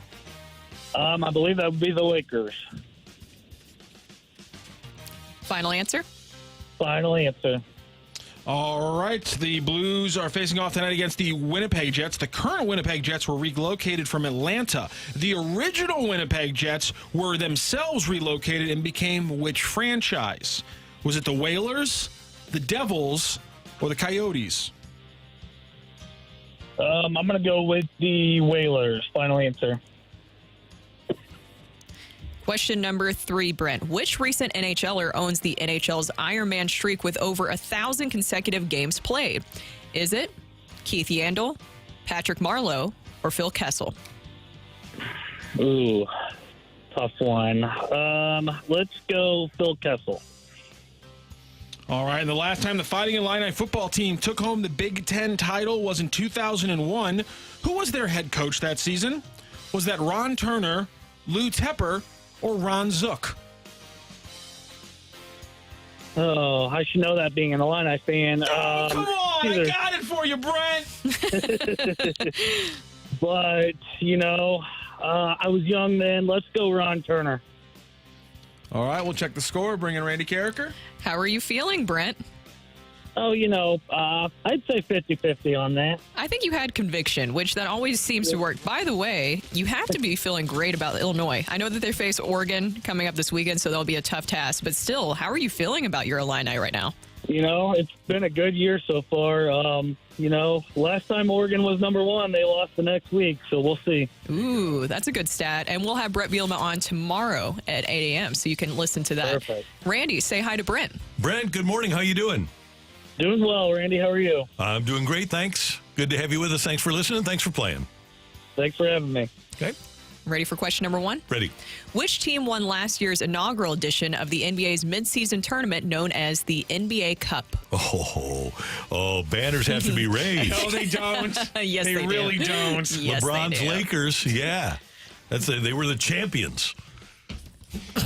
course, the real season starting tonight. Not the midseason tournament. Lakers. Randy, the current Winnipeg Jets were relocated from Atlanta. The original Winnipeg Jets were themselves relocated and became which franchise? Keith Tkachuk, Big Walt, moved from Winnipeg. He was a Winnipeg Jet to Arizona Coyotes. Now, Utah Hockey Club. That's still going to take me a while to get used to. Yeah, me too. And then they'll change their name to the Utah Grizzlies or something like that. Hopefully Yetis. Come on. Yetis, yeah. Yetis that's a great name, honestly. Should we go Yetis, Stanleys, Brewmates, what? Oh, no. Oh, no. Randy. God, that was a good pivot. Okay, we're going to go to question number 3. That was just a good pivot. Nicely done. Damn it. Okay, which recent NHLer owns the NHL's Ironman streak with over 1,000 consecutive games played? Ooh, 1,000. You know that for a time, former Blue Gary Unger was the NHL's all-time Ironman. And then I believe his record was broken by Doug Jarvis, who played for the Canadiens, among other teams. If I'm not mistaken, this record was recently broken by kind of a shocking guy. I don't think anybody... Phil Kessel, I think, broke the record. Phil Kessel's been around for a long time, but he was always regarded as kind of soft. But I think he got the record. So I'm going to go with Phil Kessel. And I think he broke a record like Keith Yandel had broken it, I think, and then Kessel, I think, passed it. Final answer? Yeah, final answer.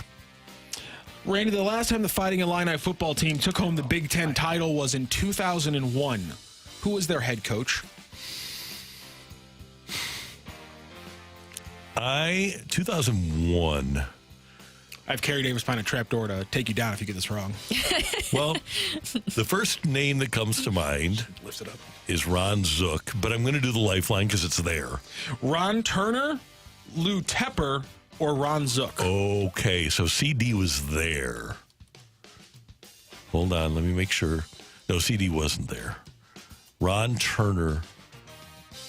I'm going to say that Turner was gone. Did you say Lou Tepper?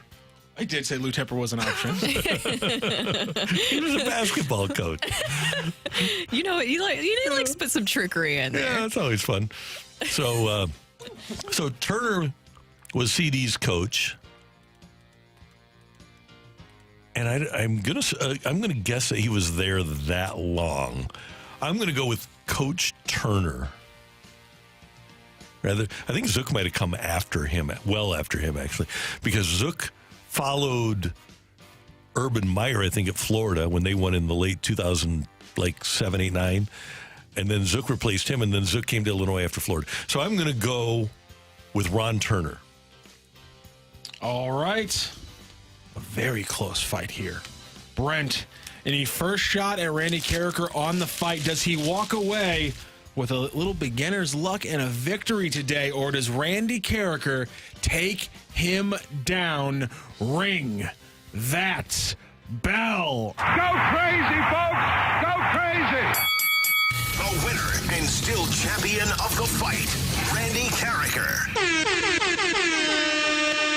Just win, baby. I'm sorry, Brent. Randy Carricker got you with that last question. He got the jacket. He beat you 4-3 in today's fight. Incredible job. Thank you. I was hoping he would go Zook there, but, you know, he pulled it out. Yes, he did. Yes, he did. Let's go through the questions and answers. Which team won last year's inaugural edition of the NBA's midseason tournament, the NBA Cup? It was, in fact, the Lakers. LeBron was the MVP of the NBA it was awesome. Cup. It was I remember that.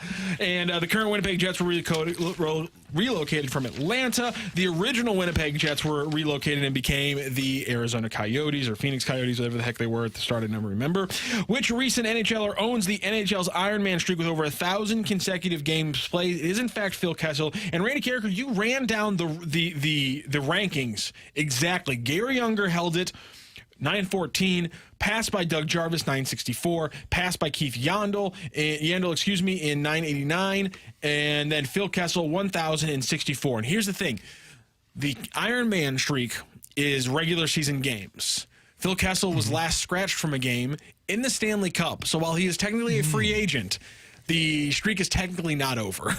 Wow. So it's like because he was only scratched from a postseason game, not a regular season game. And he wants to keep playing, right? He doesn't have a team now, but he's working out and wants to keep playing. He is still active, is a free agent, so technically he could continue the regular season Ironman streak when he is under contract. And the last time the Fighting Illini football team took home the Big Ten title was in 2001, and their head coach was Ron Turner. And I'm not crazy. I'm looking at the Fighting Tepper Illini. was a football coach. Lou Tepper was, in fact, the football coach. Thank you very much. He took over for John Makovich in 1991. Lou Tepper. I'm thinking Lou Henson. Sorry. I was like, Lou Henson. wait a second. I'm looking at his name. Lou. I knew it was Lou. Okay. There's Lou, yes. But Randy Carricker still walks away with a victory today, 4-3 over Brent. Brent, thank you so much for joining the fight and joining the show.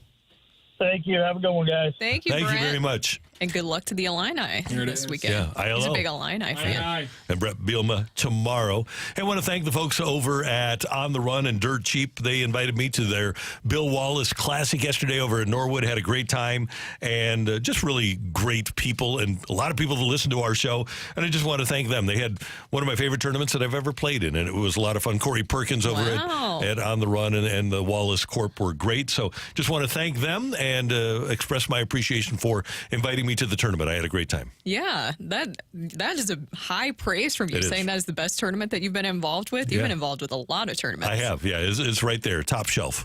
So good people, fun time. Where was it at again? At Norwood. Oh, nice. Yeah, played on the East Course over there. And it was beautiful outside. It was perfect. It was great. It was. Yeah, in fact, last year, this tournament, it was like 35 degrees. Ooh. At this time of year. Just an incredible course. I mean, just beautiful. It's fantastic. All right. Coming up here on 101 ESPN, text in 314-399-9646, 314-399-YO-HO. We are going to play a little game. And you don't have to text in until you hear the name. But there's a group of people now making $30 million a year in sports. And we're going to see if you know who they play for. That's next on 101 ESPN.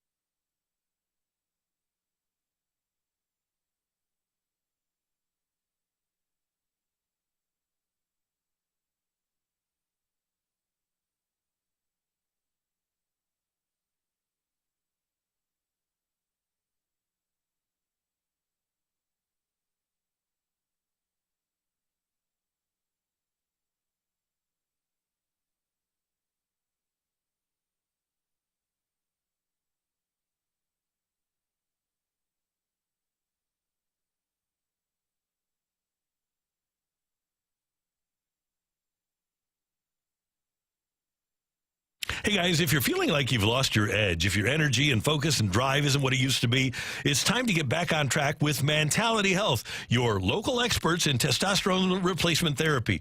Here's what you need to do. Make an appointment at one of their clinics, either in Chesterfield or South County. Visit Mentality at lowtusa.com. That's lowtusa.com, and enter the promo code RISE. Enter the promo code RISE, and this is your first step towards reclaiming your vitality. You get physician-guided TRT, unlike online-only services. Mentality offers in-person consultations with board-certified physicians who've treated over 25,000 men in our area. They have an FDA-approved treatment, safe and effective and tailored to your specific needs. Mentality's treatments help you regain energy, boost mental clarity, and enhance your overall performance. Plus, there's comprehensive care from personalized treatment plans to ongoing support. Mentality ensures your journey is going to be effective and comfortable. And if you're dealing with fatigue and low energy, maybe some unexplained weight gain and muscle loss, could be a problem with low T. Learn more at Mentality. Go to lowtusa.com and use the promo code RISE to get started today.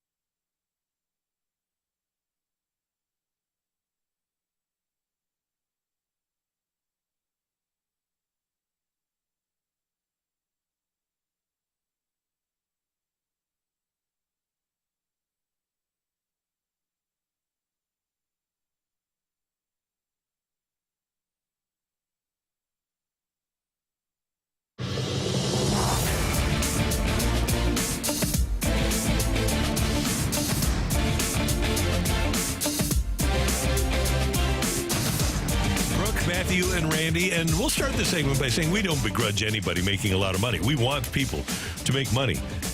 But there are some people that you may or may not know that are making an extraordinary amount of money and setting themselves up for life. As the NBA season starts today, Matthew, who are some of these people? Yeah, over the last 2 days, you may have seen it if you're following the news around sports, which is a bunch of young players in the NBA, guys coming off of their into their third year, or coming off of their third year, I should say, on their rookie contracts or signing their rookie extensions.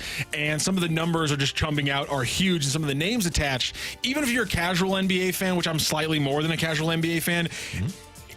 Even I was jarring for me to see these names and the numbers that were being associated with some of these ones. Some of them make some sense. Some of them, though, were completely shocking. And I was like, if I'm being hit by this one, more casual NBA fans have to be just shocked by all hell when they see these numbers and the corresponding names and stats with those numbers.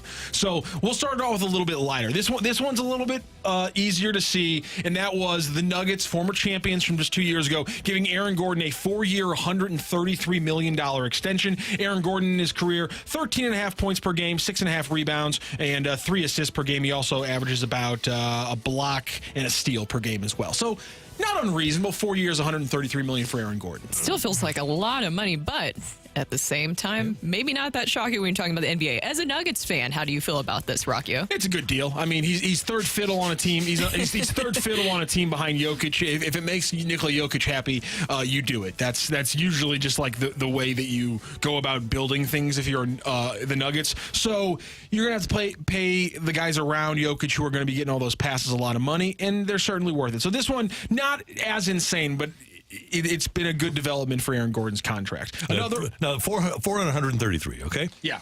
So 20 years ago, the Knicks signed a guy named Jerome James, who I didn't know existed. And he was making 5 and then 5.4 and then 5.8. These guys are making upwards of $30 million a year? Yeah. Wow. Yeah, here's another one. And this one, again, I'm easing you in this one. Okay. A little bit more legitimate, but the name you might not have seen it. Alperen Şengün. Text in if you've heard of my good man Alperen Şengün. By the way, the last name is spelled Sengun, but where did he go to school? Do we know? I don't believe he went to. Did he go to college? Okay. No, he's from Turkey, and he rolled in from.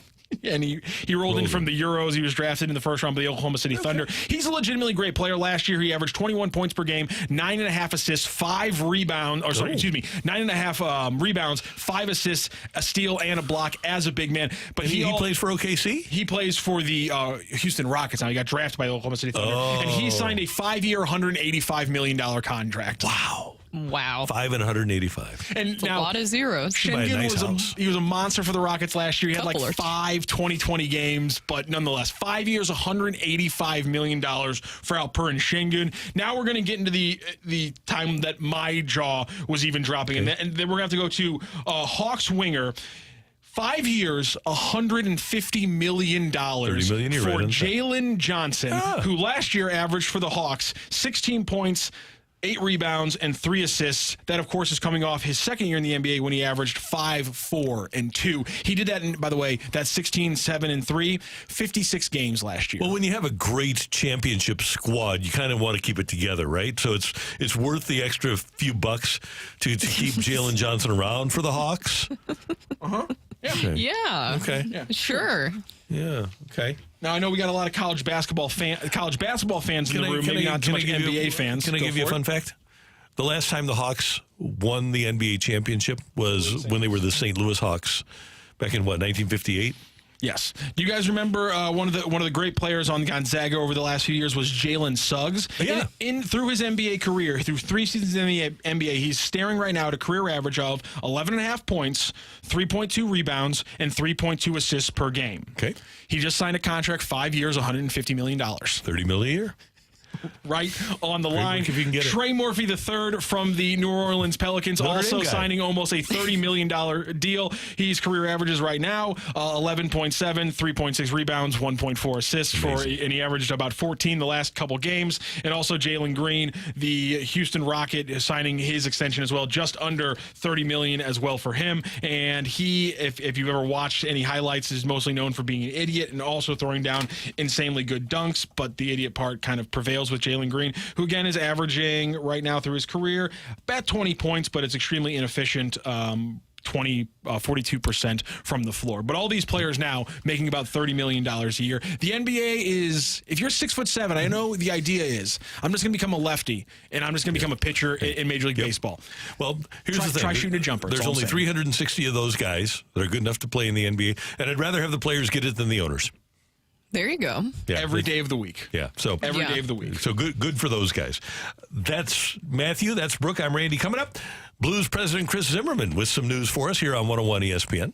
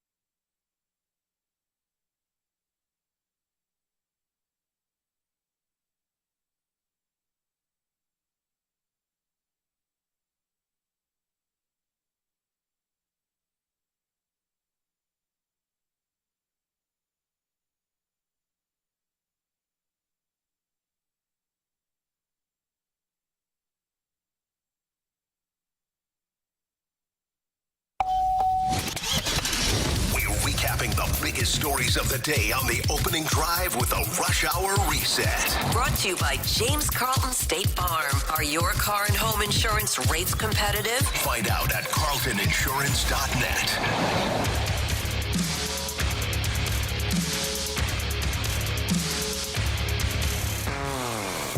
9:03 in St. Louis. Time check brought to you by Clarkson Jewelers, an officially licensed Rolex jeweler. Brooke Grimsley, Randy Carricker, and we go right to the celebrity line as the Blues get ready to take on the Jets tonight at Enterprise Center. 6 o'clock pregame, 7 o'clock faceoff here on 101 ESPN. And Blues president Chris Zimmerman, kind enough to join us. A few things going on tonight. Zim, good to have you with us. How you doing? I'm doing excellent, Randy. Always feel honored when I hear I'm actually on the celebrity line. So that's an honor. Chris, you're one of my favorite celebrities, and you're one of my favorites to have on the show. And tonight is a big night during one of the breaks in the first period. I know one of the labors of love for you as president of the Blues is the Blues Hall of Fame, and we're going to have the election announcement tonight, right?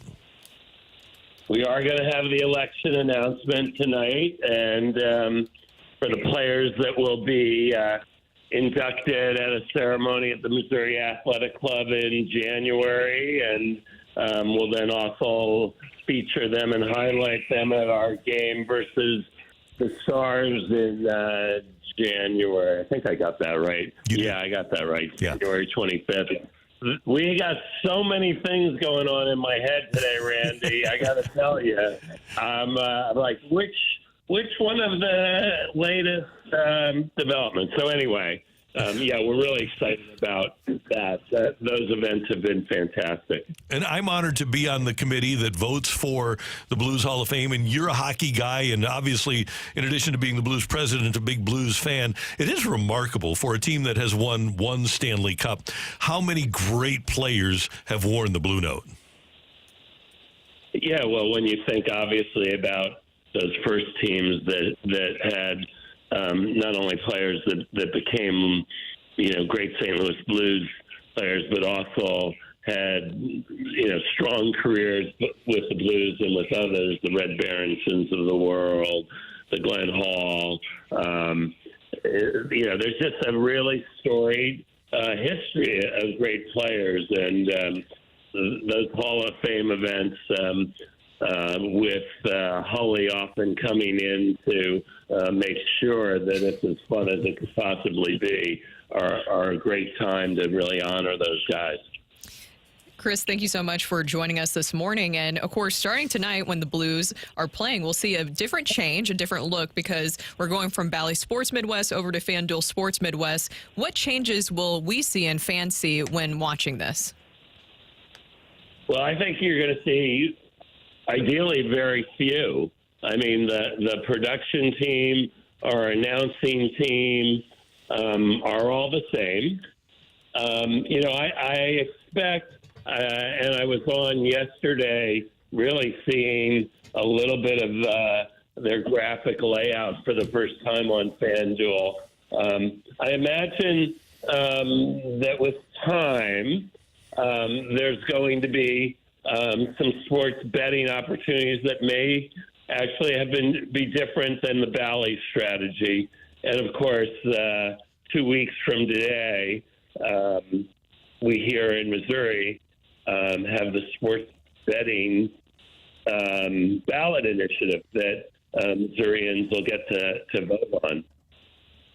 And obviously, we know that the Post-Dispatch endorsed sports betting on Sunday in the newspaper. And we know, Chris, that the Blues fall on the side of advocating for this measure as well. Yeah, I mean, we've been working on this, I think, for about 5 years. We've put together a coalition of all the Missouri professional sports teams, key sports teams. And so the Cardinals, the Royals, the Chiefs, the Blues, St. Louis SC, we are all supporting that initiative.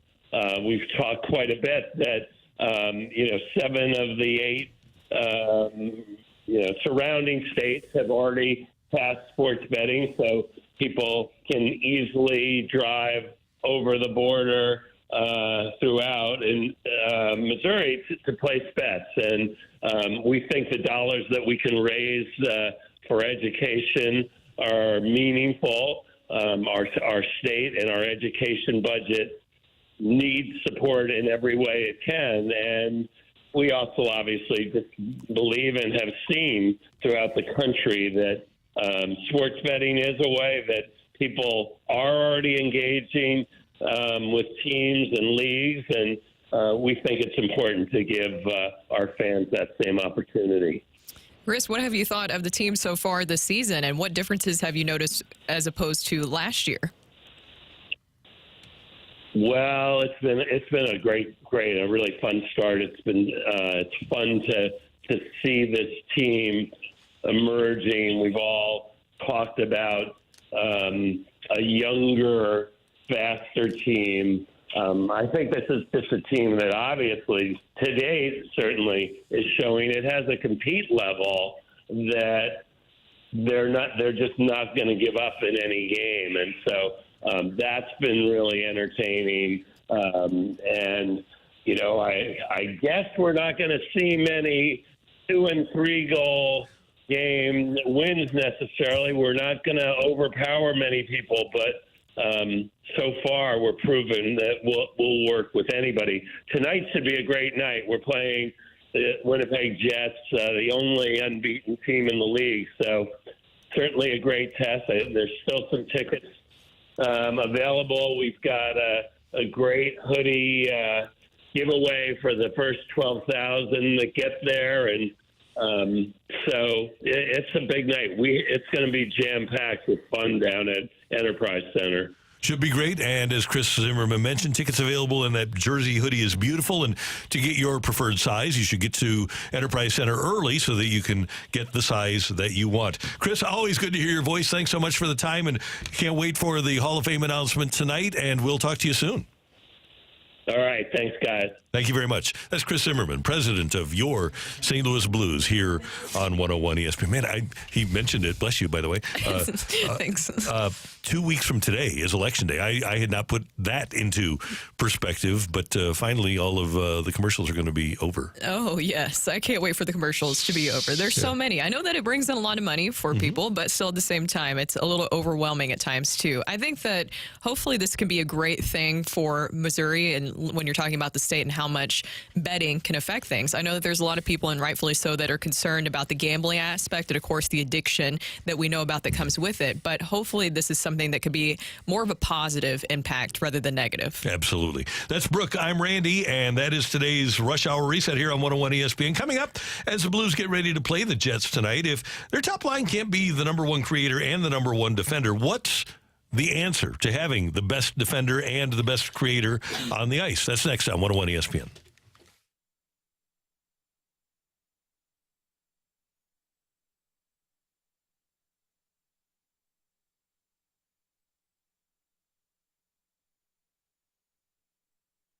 More time watching sports, less time waiting on hold. Go to carltoninsurance.net today.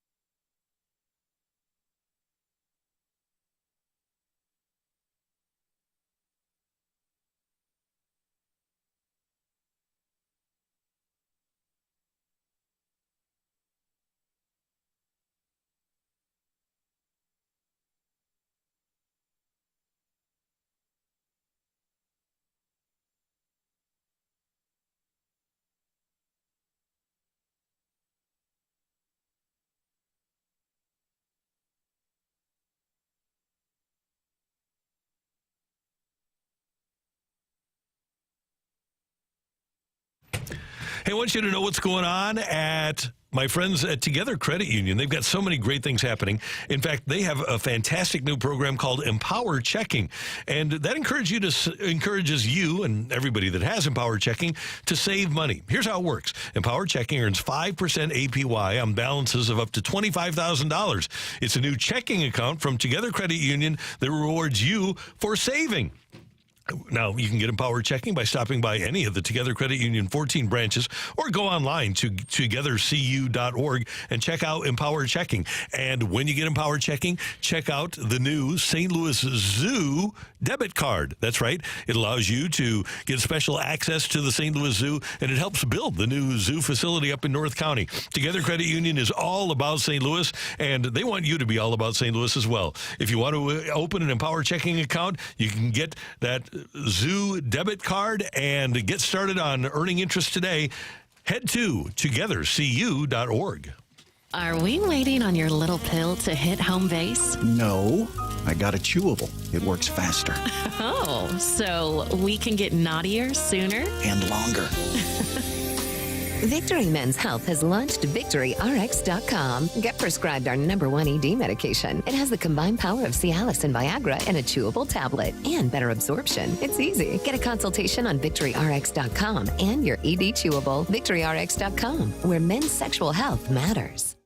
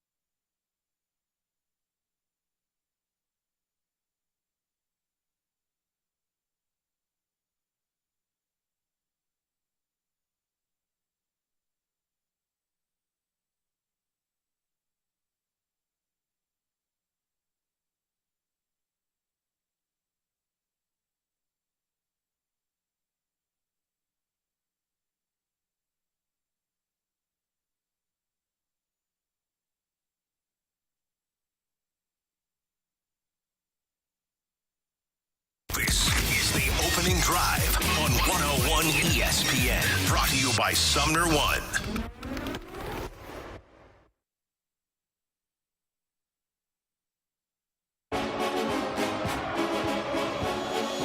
Robert Thomas in the early portion of the season has been on the ice for 8 total goals against. He was a positive in the first 6 games of the season last year. Right now he's sitting at a -5. The other one is you look at Jordan Kyrou, who started off red hot for St. Louis playing with Pavel Buchnevich. He had 6 points and was sitting at a +6. In the last 3 games, he's sitting at as a -2 in those 3 games combined. It still seems as if Drew Bannister is looking for the right combination that can play both in the offensive zone and create scoring chances with Robert Thomas, but also go up against the other team's top lines and shut them down. That's Alex Ferrario here on 101 ESPN. And, Brooke, that's been historically an issue for hockey coaches. You've got your creators. You've got the people that are creative in the offensive zone and people that don't necessarily play great defensively. So what you want to do is pair them with somebody that plays the 200-foot game. Thomas, Kyrou, and Saad. I don't know that is and that was your opening top line the other night. I don't know that is as solid a group as putting Neighbors up with that top group. If you're going to have Kyrou, who's playing, by the way, a much better 200-foot game this year than he did last year. But if you're going to play Kyrou and Robert up front, and Robert has become certainly more responsible defensively, but Neighbors is a guy who will concentrate on that aspect of the game. If I'm going to play that top line with Kyrou and Thomas, then I have to have Neighbors with that group.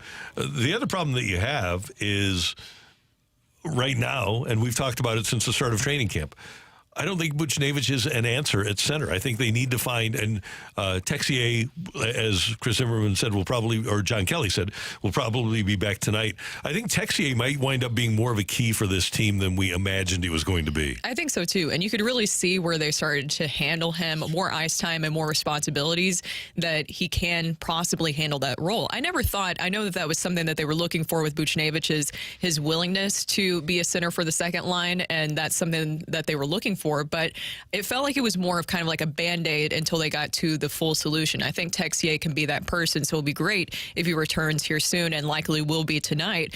I think when you're looking at that top line, one thing that just came to mind when you're talking about somebody who can handle stuff, I think Ryan O'Reilly was so underrated for his ability, what he was able to do, because he was able to handle those other top lines and those responsibilities that you were talking about there, and those top defensive pairings. But I wonder, what do you think about Buchnevich returning to the top line? I wouldn't be averse to that. Have him because he'll play both ends of the ice too. He's a very responsible player. The problem that I think you run into, though, is if you have Buchnevich, Thomas, and Kyrou, then can you put together a representative second line that's capable of scoring on a regular basis? Maybe not. Because then all of a sudden, if you have, do you move Braden Shen back up to your number 2 line, and then Shen, Saad, and Bolduc or something like that, or do you put Holloway up? I think Buchnevich. I don't think you can have Buchnevich, Thomas, and Kyrou together, because I think they're your 3 best offensive players. Yeah. I don't think you can have them all on the same line at one time. What about separating Thomas and Kyrou? We've seen that plenty of times. And as Alex mentioned, that was working early in the season. It was. I think that's a good idea. I think that'd be worth it. I think one of the things that'll also benefit this team is, in addition to getting Texier back, I think getting Walker in there, all due respect to Kasperi Kapanen, who tries hard, but he's just not the 200-foot player that Walker is. I don't think on either end of the ice that Kapanen brings to the table what Nathan Walker does. No, Nathan Walker, while he is small, look at us, we're talking about small people once again in the show today, because we talked about Kyler Murray earlier. He brings a lot physically. I think the last time before he was out, he had, 6 hits, and he's able to bring a lot to that line, the WTF line that we talked about. And I do understand, too, when you're looking at your kind of top 6 forwards, it feels like that Drew Bannister is still trying to find the right combinations of what exactly will work for this team specifically. I feel like you have a lot more depth, right, this season as compared to last season, but it doesn't feel like you have solidified who your top 6 forwards are. No, and I don't know if you can do that until you get Dvorsky up here, and the Blues, we know, are not going to be great. They're probably not going to be a Stanley Cup championship team. But Braden Shen did not have a great offensive year last year. He's got a goal and an assist this year. I don't think Braden Shen is a top 6 guy anymore. Really valuable guy to have on your team, great leader, but does he possess the skill necessary to be a top 6 player right now? I don't think he does. I don't think that he does either. So you do have a limited amount of people, and hopefully Texier will be able to provide that. I think that's really the only option for a number 2 center that the Blues have if they're going to move Buchnevich. And maybe the thing for them, they see the game better and differently than I do. Maybe in 20 games, Buchnevich is much better, much more effective than what he is right now. He's got 4 points in 6 games. He is a +2. Let me get that. No, he's a +6. He's a +6. So 5-on-5, he's playing responsibly at both ends of the ice. So if that winds up being what Buchnevich is, a center, hopefully he'll turn into somebody. But clearly you need to give the guy time, because he's never really played the position. Yeah. He's just going to need the opportunity to be a center for an extended period of time. Yeah, I just think that Buchnevich is best when he's on the wing, personally. I agree. I think that that's the ideal role for him, and hopefully we'll have some more answers to that soon if Texier can handle that second-line center role. Yeah. Another guy that I think is going to toggle probably between top and bottom 6 and second and third line is Dylan Holloway. Scored a goal the other night. Looks really good, looks the part, plays hard. And when we talk about that guy I was talking about Neighbors on the top line because he plays both ends of the ice and plays forechecks and does those things. Dylan Holloway does those things too. And maybe he's just a kid. Maybe he grows into a guy that can be a 15 to 20 goal guy that plays solid on the defensive end for you, that you could play on a top line and brings energy. Remember, I asked Robert Thomas, hey, why can't the number one line be an energy line too? Maybe a guy like Dylan Holloway could bring energy to a top line also. I think so. And a lot of these acquisitions, I know we've talked about it a lot, but just seeing what they've been able to bring this team, not only the depth, but just also the energy that you notice difference-wise for the team this season. Even the Joseph brothers have been such a great addition to this team. Yeah, and Fox too, right? Yeah. He is noticeable out there on the ice. But at the end of the day, you would love to have a scenario like the great teams have. Edmonton can put anybody out there with Connor McDavid, and that can be their number one offensive line and their number one defensive line. The Avalanche can do that with Nathan McKinnon. The Blues did that at one point with Ryan O'Reilly in his prime. I don't know that the Blues have that player right now where... And Robert Thomas is their best forward. But I don't think that you can put anybody with Robert Thomas and say, okay, that's our number one line, because he plays both ends of the ice so well. It makes everybody around him so much better. He does. He plays both ends of the ice well. And he does make the people that play with him better, but he doesn't turn them into stars. Yeah, and that's another kind of thing with Ryan O'Reilly, what he was able to do, right? Is that he was able to make his lines better. He's a huge difference maker. By the way, just kind of looking at things right now in the Central Division, I don't know if you've seen, obviously, facing the Jets tonight, a good team, but the Avs have been struggling, and the Predators still haven't won a game. That's unbelievable.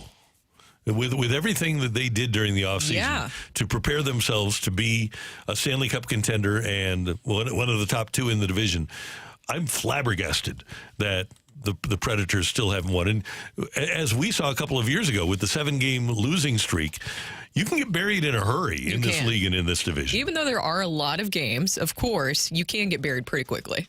Yeah, and I don't know what's ailing the Predators. I haven't paid close enough attention.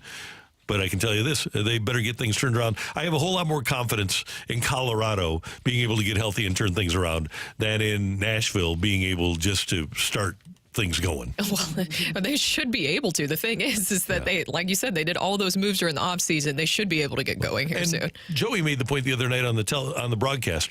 Joey Vitale said that you've got all these guys that have played on the power play, and then all of a sudden you've got Stamkos coming in, and he's on the power play, and somebody that's been there says, well, what about me?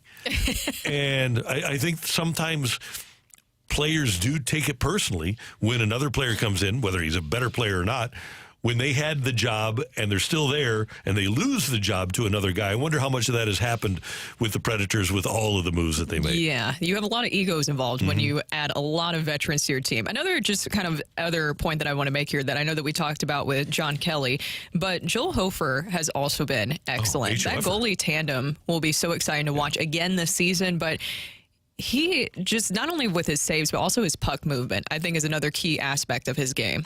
He's a stud. And when Army told us he thought that their goaltending tandem was top third in the league, might be better than the top 10 in the league. Those guys are really good. Were you surprised, by the way, that Hofer got the start the other night? I was a little bit. Back-to-back starts. Yeah, I was. And I know we'll see Binner tonight, but anytime the Binner doesn't start, when the other guy, anytime somebody gets a back-to-back start and Binner's on your team, I'm surprised about it. Yeah, I know. I was kind of surprised by the back-to-back starts, but I mean, it worked out for him. And they'll go against the most prolific offensive team in the league tonight. Good opportunity for Jordan Binnington to get a shutout. That's Brooke. I'm Randy. Coming up, MLB got the matchup it wanted, but will it matter? That's next on 101 ESPN.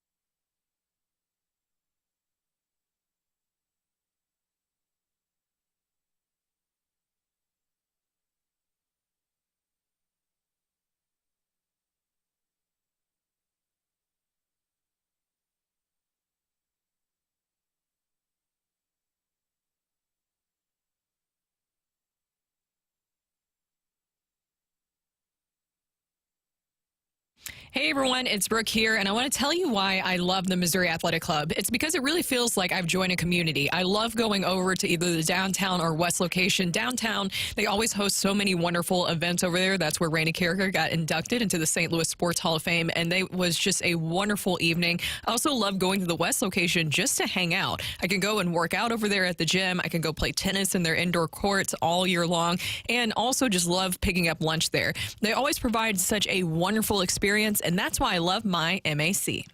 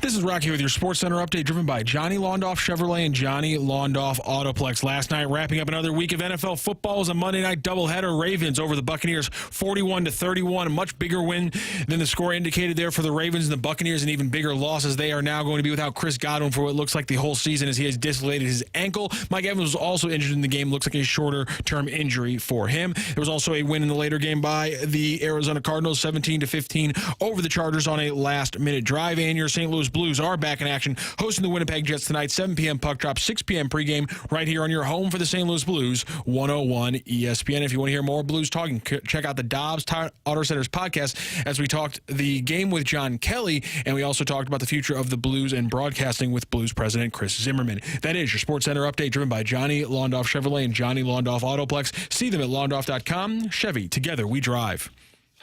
Are you kidding me?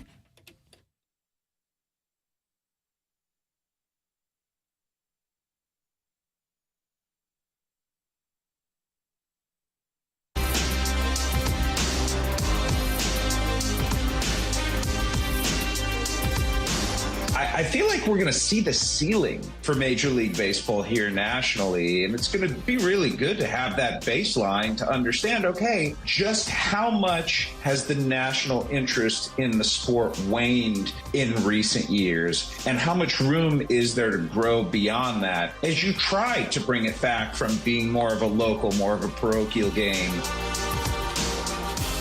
That's ESPN's Jeff Passan on the Dan Patrick Show, with the Yankees getting ready to take on the Dodgers in Game 1 of the World Series Friday night. That you'll hear here on 101 ESPN. Hard to disagree with Jeff Passan. You have the Yankees, who are the evil empire, who are the most iconic and popular franchise in Major League Baseball. The Dodgers, all due respect to what the Cardinals have done, the Dodgers are the all-time leaders in National League pennants. They have the most visible player right now in Shohei Ohtani. When you look at Ohtani and Betts with the Dodgers and Judge and Soto with the Yankees, if ever there was a spot for MLB to maximize itself, this is it. And Brooke, the other night, Game 5 of the winner-take-all in the NLCS. Or no, it wasn't a winner-take-all, but it was the final game of the NLCS, and it was Game 6. But they were going against Sunday Night Football, so you had a World Series berth on the line if the Dodgers won, which they did, going against the Pittsburgh Steelers and the Jets. And the NFL regular season game had twice as many viewers as the NLCS Game 6.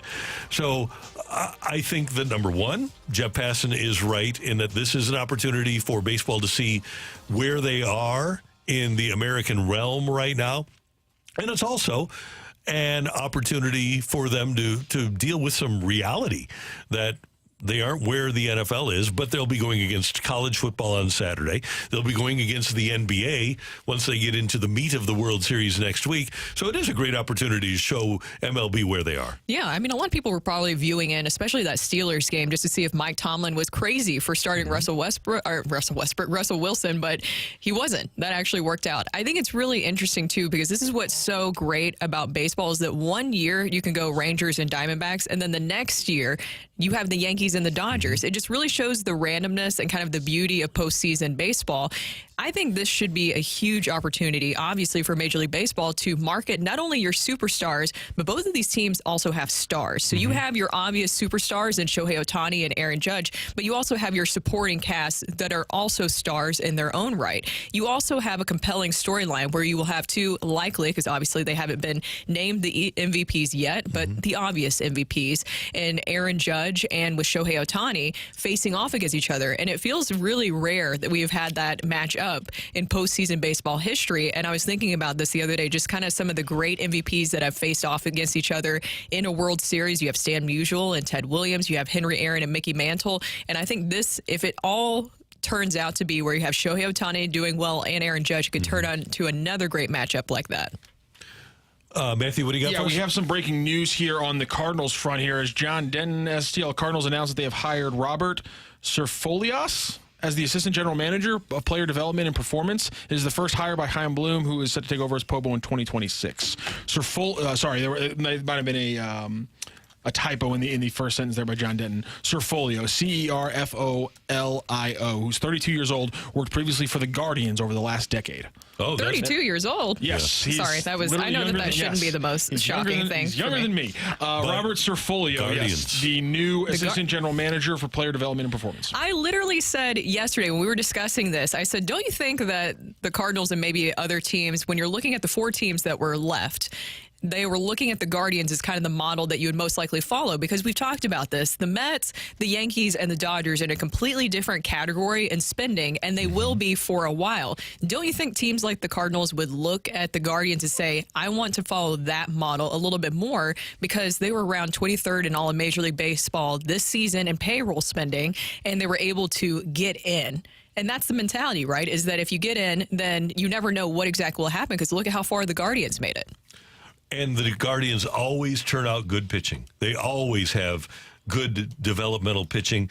Okay, this is funny to me because so Rob Serfolio was a starting lefty who was drafted in the 33rd round by the Los Angeles Dodgers. Do you guys want to take a wild guess what school he played baseball for? Yale. Oh, well, Yale. there you go. The Yale to Major League Baseball pipeline is strong. Right. I thought he was a player. I was like, oh, he's a player. And then, of course, pitched for Yale. Yeah. John Mozeliak's quote, "We're thrilled to welcome Rob and his family to the Cardinals. His beliefs on player development and performance are aligned with where we want to go, and he's been a key leader in an organization whose methods and systems have stayed at the forefront of the industry while still putting people first." He is an Alabama native, graduated from John Carroll Catholic High in Birmingham, and pitched 3 years at Yale, selected by the Doyers in the 34th round of the 2013 draft, but did not sign, then went to Yale for his Bachelor of Arts in Medicine, and he, Rob Serfolio, will immediately begin a search for a farm director and a director of performance to join the organization. So Rob Serfolio is the new assistant general manager, player development and performance for the Cardinals, and he will be the guy that hires the farm director and the director of performance. Wow, big news. And we knew that news was going to be coming because in Katie Woo's article, when she released that John Jay would be joining the coaching staff, said that we should be expecting moves this week. Now, what's left? Hitting coach. Mm-hmm.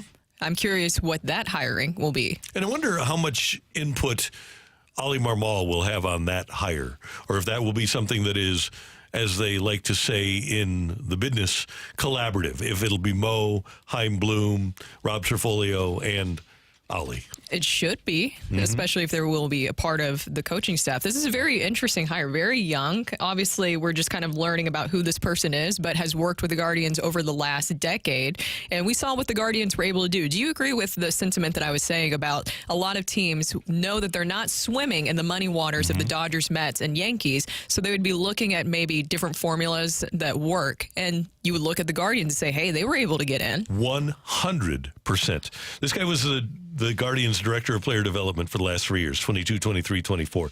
Assistant director of player development there from 19 through 21. I would argue that nobody has done a better job of developing talent and getting it to the major leagues more than the Guardians have. In my personal, completely unbiased opinion, the Guardians have been incredible about developing young talent over the last couple of years. I love this guy. I love this move by the Cardinals. Completely unbiased opinion. Just there's nothing better than the players. Just the way they've picked them out, the way they sorted them in like a column by their name and then chose them by their name. There's been nothing better than what the Guardians have done. I love this move. And the Cardinals announcing some other promotions today. Their new senior director of baseball development is Matt Bayer. Kevin Seitz is promoted to senior director of analytics. D.C. McClay is now the manager of video technology, and Brady Hall moves to player development, video, and tech coordinator. So a lot of moves happening with the Cardinals in the front office and on the field, and a new director of assistant general manager of player development and performance. Interestingly, Michael Gersh is no longer the general manager.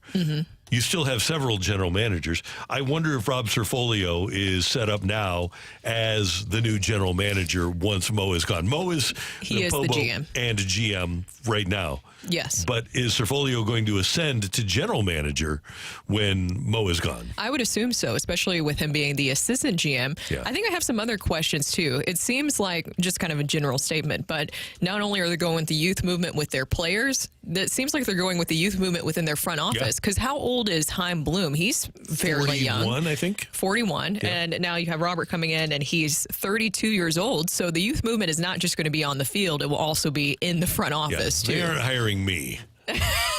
You would qualify for special advisor, Randy. Yeah. How about special advisor, special projects? Yeah, I mean, special projects, that honestly sounds like a great role to have. Here's a question from the 314. Where is Randy Flores in all of this? That's a great question. I was just thinking about that. I would assume that at the moment he's still in charge of the draft. They need to do a better job of developing the people that Randy Flores brings into the organization. Yeah. Teaching, coaching, getting them to the major league level where they can play good, solid, fundamental baseball. Hopefully, this gentleman, Rob Cerfolio, will work in tandem with Randy Flores, and they'll be able to bring really good talent into the organization. Talent like Randy Arozarena, Adolis Garcia, Luke Weaver, Tommy Edman, and they'll be able to develop those guys and turn them into productive players for the Cardinals. Not develop LCS MVPs for other teams. Exactly. Yeah, that would be nice. I would rather it be for us than other teams. Yeah. BK seems surprised that I had a very negative kind of like I'm dead inside thing about the Cardinals producing LCS MVPs for other teams. But I mean, when you produce 3 that says something. In this small of a window of time, how can you not just react like you got to be freaking kidding me? And I know there's the crowd out there that says, "Oh, it happens to every team." Okay, well, name that team for me. But hey, as Randy said to start off the show, the lineup's set, and the lineup for next year looks like it's set, and therefore I'm just happy we got Eric Fetty in the rotation, baby. Oh man, home opener. Home opener. Does he start game 1? After you trade Sonny Gray. If you trade Gray? Oh, man. Well, yeah, I guess that would be it, wouldn't it? I mean, I would 100% Unless rather Quinn it be one of the Matthews is young ready. Yes, No. I would much rather it be Quinn Matthews or why am I blanking on the young pitcher who really showed us this year? Yeah, I'd rather Palante get the opening day start, frankly. Do you two agree with me, by the way? No. No. Do you guys agree with me that of the 26, that there's a strong likelihood in the way you're observing things, 24 or so will be in the organization right now that are going to be on the 2025 opening day roster? Yes. I think that'll be the case, too. I think maybe a couple of bullpen arms from outside, but I think everybody else will be inside the organization. No, I think that they would be moving veterans more than anything, too. Agreed. I think that you do have to answer a lot of questions, too. And I'm curious because there was so much of focus on player development at the press conference that we didn't even get to ask about maybe even some of the plans that they have for the current players, like with Jordan Walker, with Nolan Gorman. What would their roles be? Of course, they're not going to reveal if they're going to move on from Paul Goldschmidt or not, but even what is the plan for first base? Will Wilson Contreras be your catcher? Are you going to have 3 catchers again next season? Yeah. That DH will be a log jam. It will. DH position will be a log jam if they don't figure something like that out. And I wonder, does Rob Cifolio like Nolan Gorman? Do they think that Nolan Gorman has the chance to be what Mo always said he could be, a 35 to 40 home run guy with a high OPS? Going to be a really interesting offseason for the Cardinals. Coming up next, we've got Rocc and Roll as we head down the stretch here on 101 ESPN.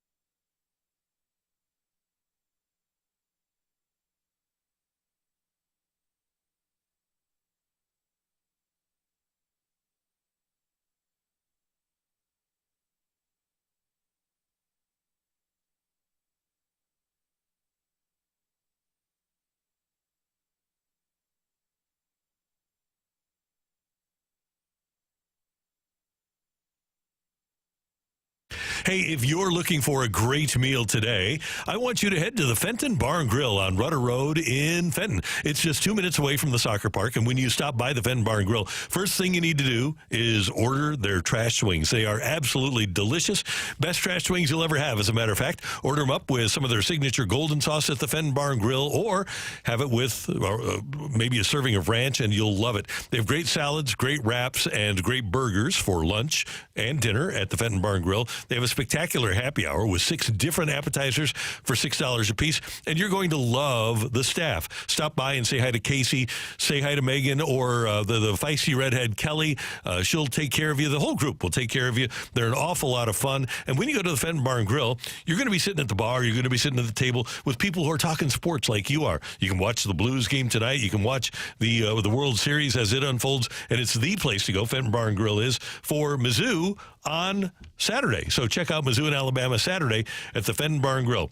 One of my favorite places. I'm a regular, and I hope to see you there soon. It's the Fenton Barn Grill. When you go, tell them Randy sent you.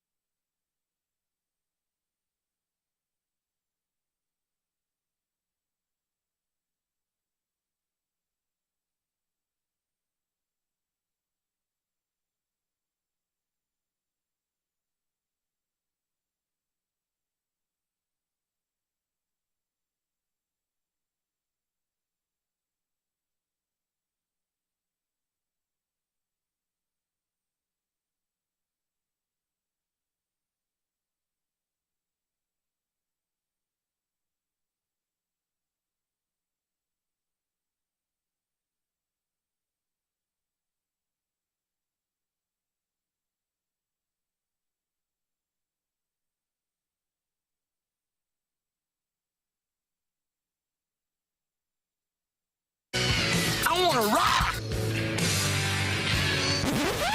And roll.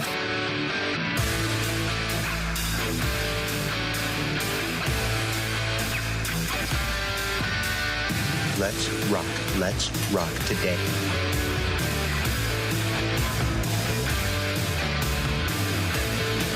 Rock's got rock and roll there. I just wanted to point out, if you don't follow on the Twitter, the X, @BigRed_STL, you should, because the football Cardinals were so much fun when they were here.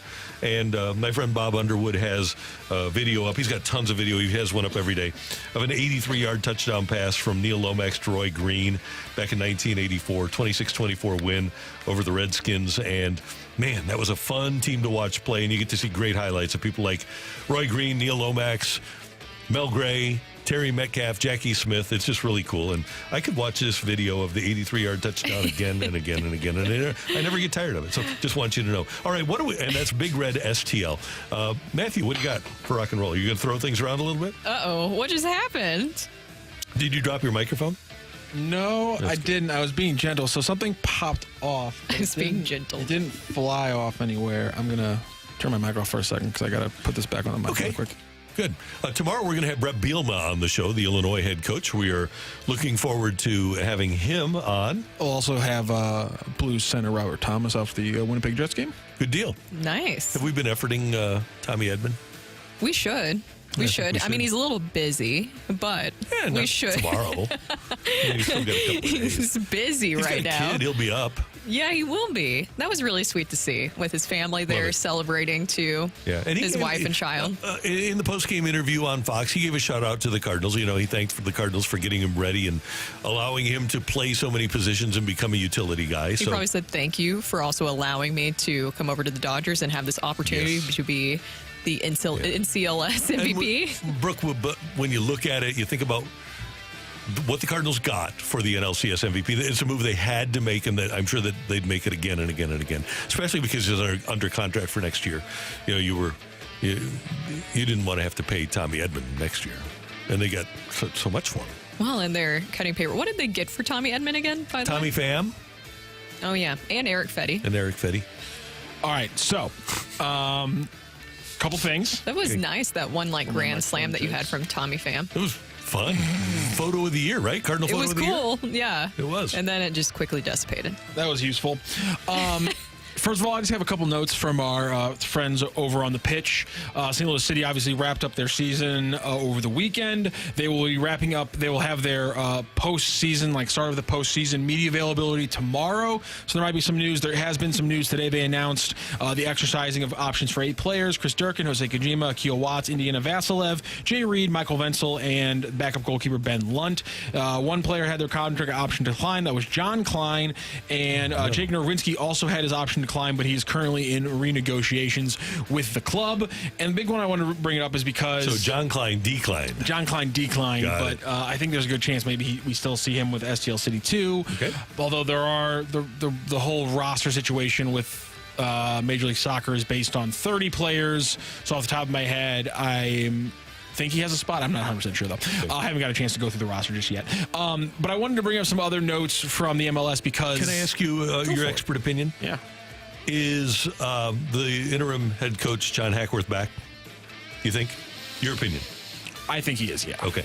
I think he is. One main thing to me is St. Louis City is either really good at keeping things under wraps and having zero leaks, or he's the decision, because we've had one report on who the discussion is, and it was Danny Cruz, who currently coaches Louisville City in the USL, and John Hackworth getting the interim tag taken off. The report is that was the discussion. Those were two of the names being discussed. Okay. Luce Fonenstiel sat down with, I want to say, Channel 5 on Monday, and he talked about it. He said again that John Hackworth is in the running, that they are running a coaching search. But I personally think that based on everything I've seen, everything I've heard, the overall mentality around the team being the excitement for next year, I do feel like John Hackworth is going to be the head coach next season. Sounds good. Some weirdness going on in FIFA and the MLS, because you guys, I've talked about it before, there's the FIFA Club World Cup, which is where all the teams from the top leagues in the world who all get into the club for different reasons. Usually it's because you win your league, or it's actually because you win your continental tournaments and things like that. So, the Champions League winner goes to it, the Europa League tournament goes to it. A bunch of different teams from all over the world come for this one tournament. Well, the MLS gets a spot in the Club World Cup, and usually they give that spot winner to somebody who wins the league, one of the tournaments, or let's say they win the Supporters Shield, or let's say they win the MLS Cup. There's a lot of different ways that these tournaments get awarded. For example, last year, winning the West Coast got St. Louis City into the Copa, the Copa, the cup that they played in at the beginning of the season that I'm blanking on the name of right now. Copa America. There you go, the Copa America. Thank you very much. Wasn't that the tournament? That was the tournament over the week. That was the tournament over the summer that I almost called it. Wrong, that was a different tournament. America. See, this is why you guys throw out different things and you throw me off. But anyway, essentially, FIFA had not announced how the MLS's spot into the Club World Cup was going to be awarded until Miami won the Supporters Shield. Oh. And then FIFA announced that the spot for the MLS that year was going to be given to the Supporters Shield winner, and therefore the Miami has qualified for the Club World Cup, and they're going to host the first game of the Club World Cup. And so I'm just happy that now that we have the MLS in St. Louis, we can get into this big bear hug of corruption that FIFA has been doing for years and years and years. For all these years, I've been watching from the sideline. I was like, man, how can we get in on the anger around being screwed over by a completely corrupt official? And now we're finally a part of it, guys. We're getting screwed over by FIFA just like the rest of the entire world. But here's the thing. Don't you want to maximize Messi and the greatest season in the history of MLS? Yeah, but you can't do it in shady, underhanded ways, Randy. You've already let Inter Miami win the Supporters Shield, by the way, be the best team in the MLS regular season. You've already let them do that because you've let them jerry-rig the system of the cap because you're paying their best player with everyone else's money. So you've already essentially cheated your own league to make everything great for Miami. Why not just, cheat this big international tournament as well? Yeah, why not? Okay, that's a good point. Here's the thing. In for a penny, in for a... The acquisition of Messi, and he was only going to go to play for Beckham, right? He wasn't going to go anywhere else. No, he wasn't going to go anywhere else. So he would have gone back to Argentina or Saudi Arabia. when they play in the playoffs this year, Messi is on Miami. Yeah. That will turn MLS from irrelevant to relevant overnight. You can be correct and it still be wrong. Oh, yeah, what they're doing is wrong, but it's from a business standpoint, it's right. Yeah, you're not wrong. And usually when FIFA makes these incredibly corrupt things from a business decision, it usually is the correct thing to make. Nothing wrong with lining your pockets, right? Except for you're breaking the law.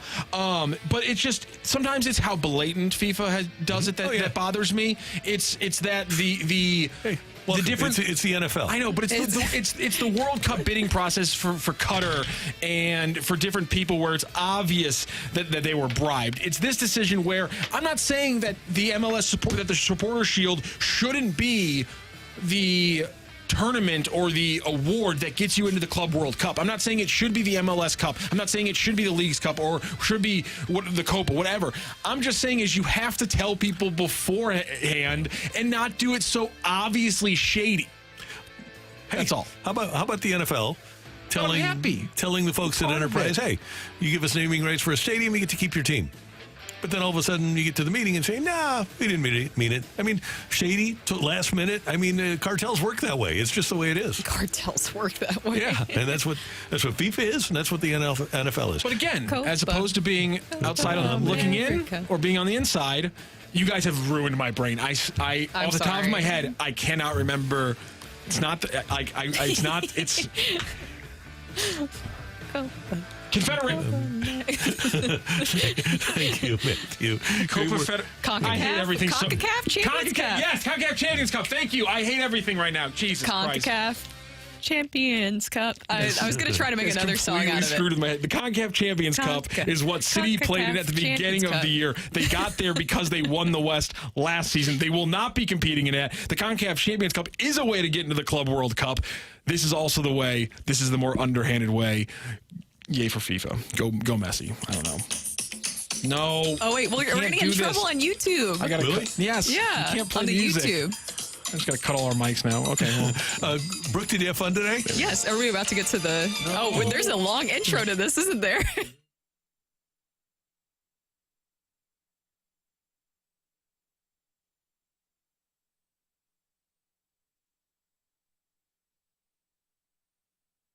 Followed by BK and Ferrario, and then you've got the Fast Lane from 2 to 6. Blues Hockey tonight. We thank you for tuning in, texting in, and being a part of the show.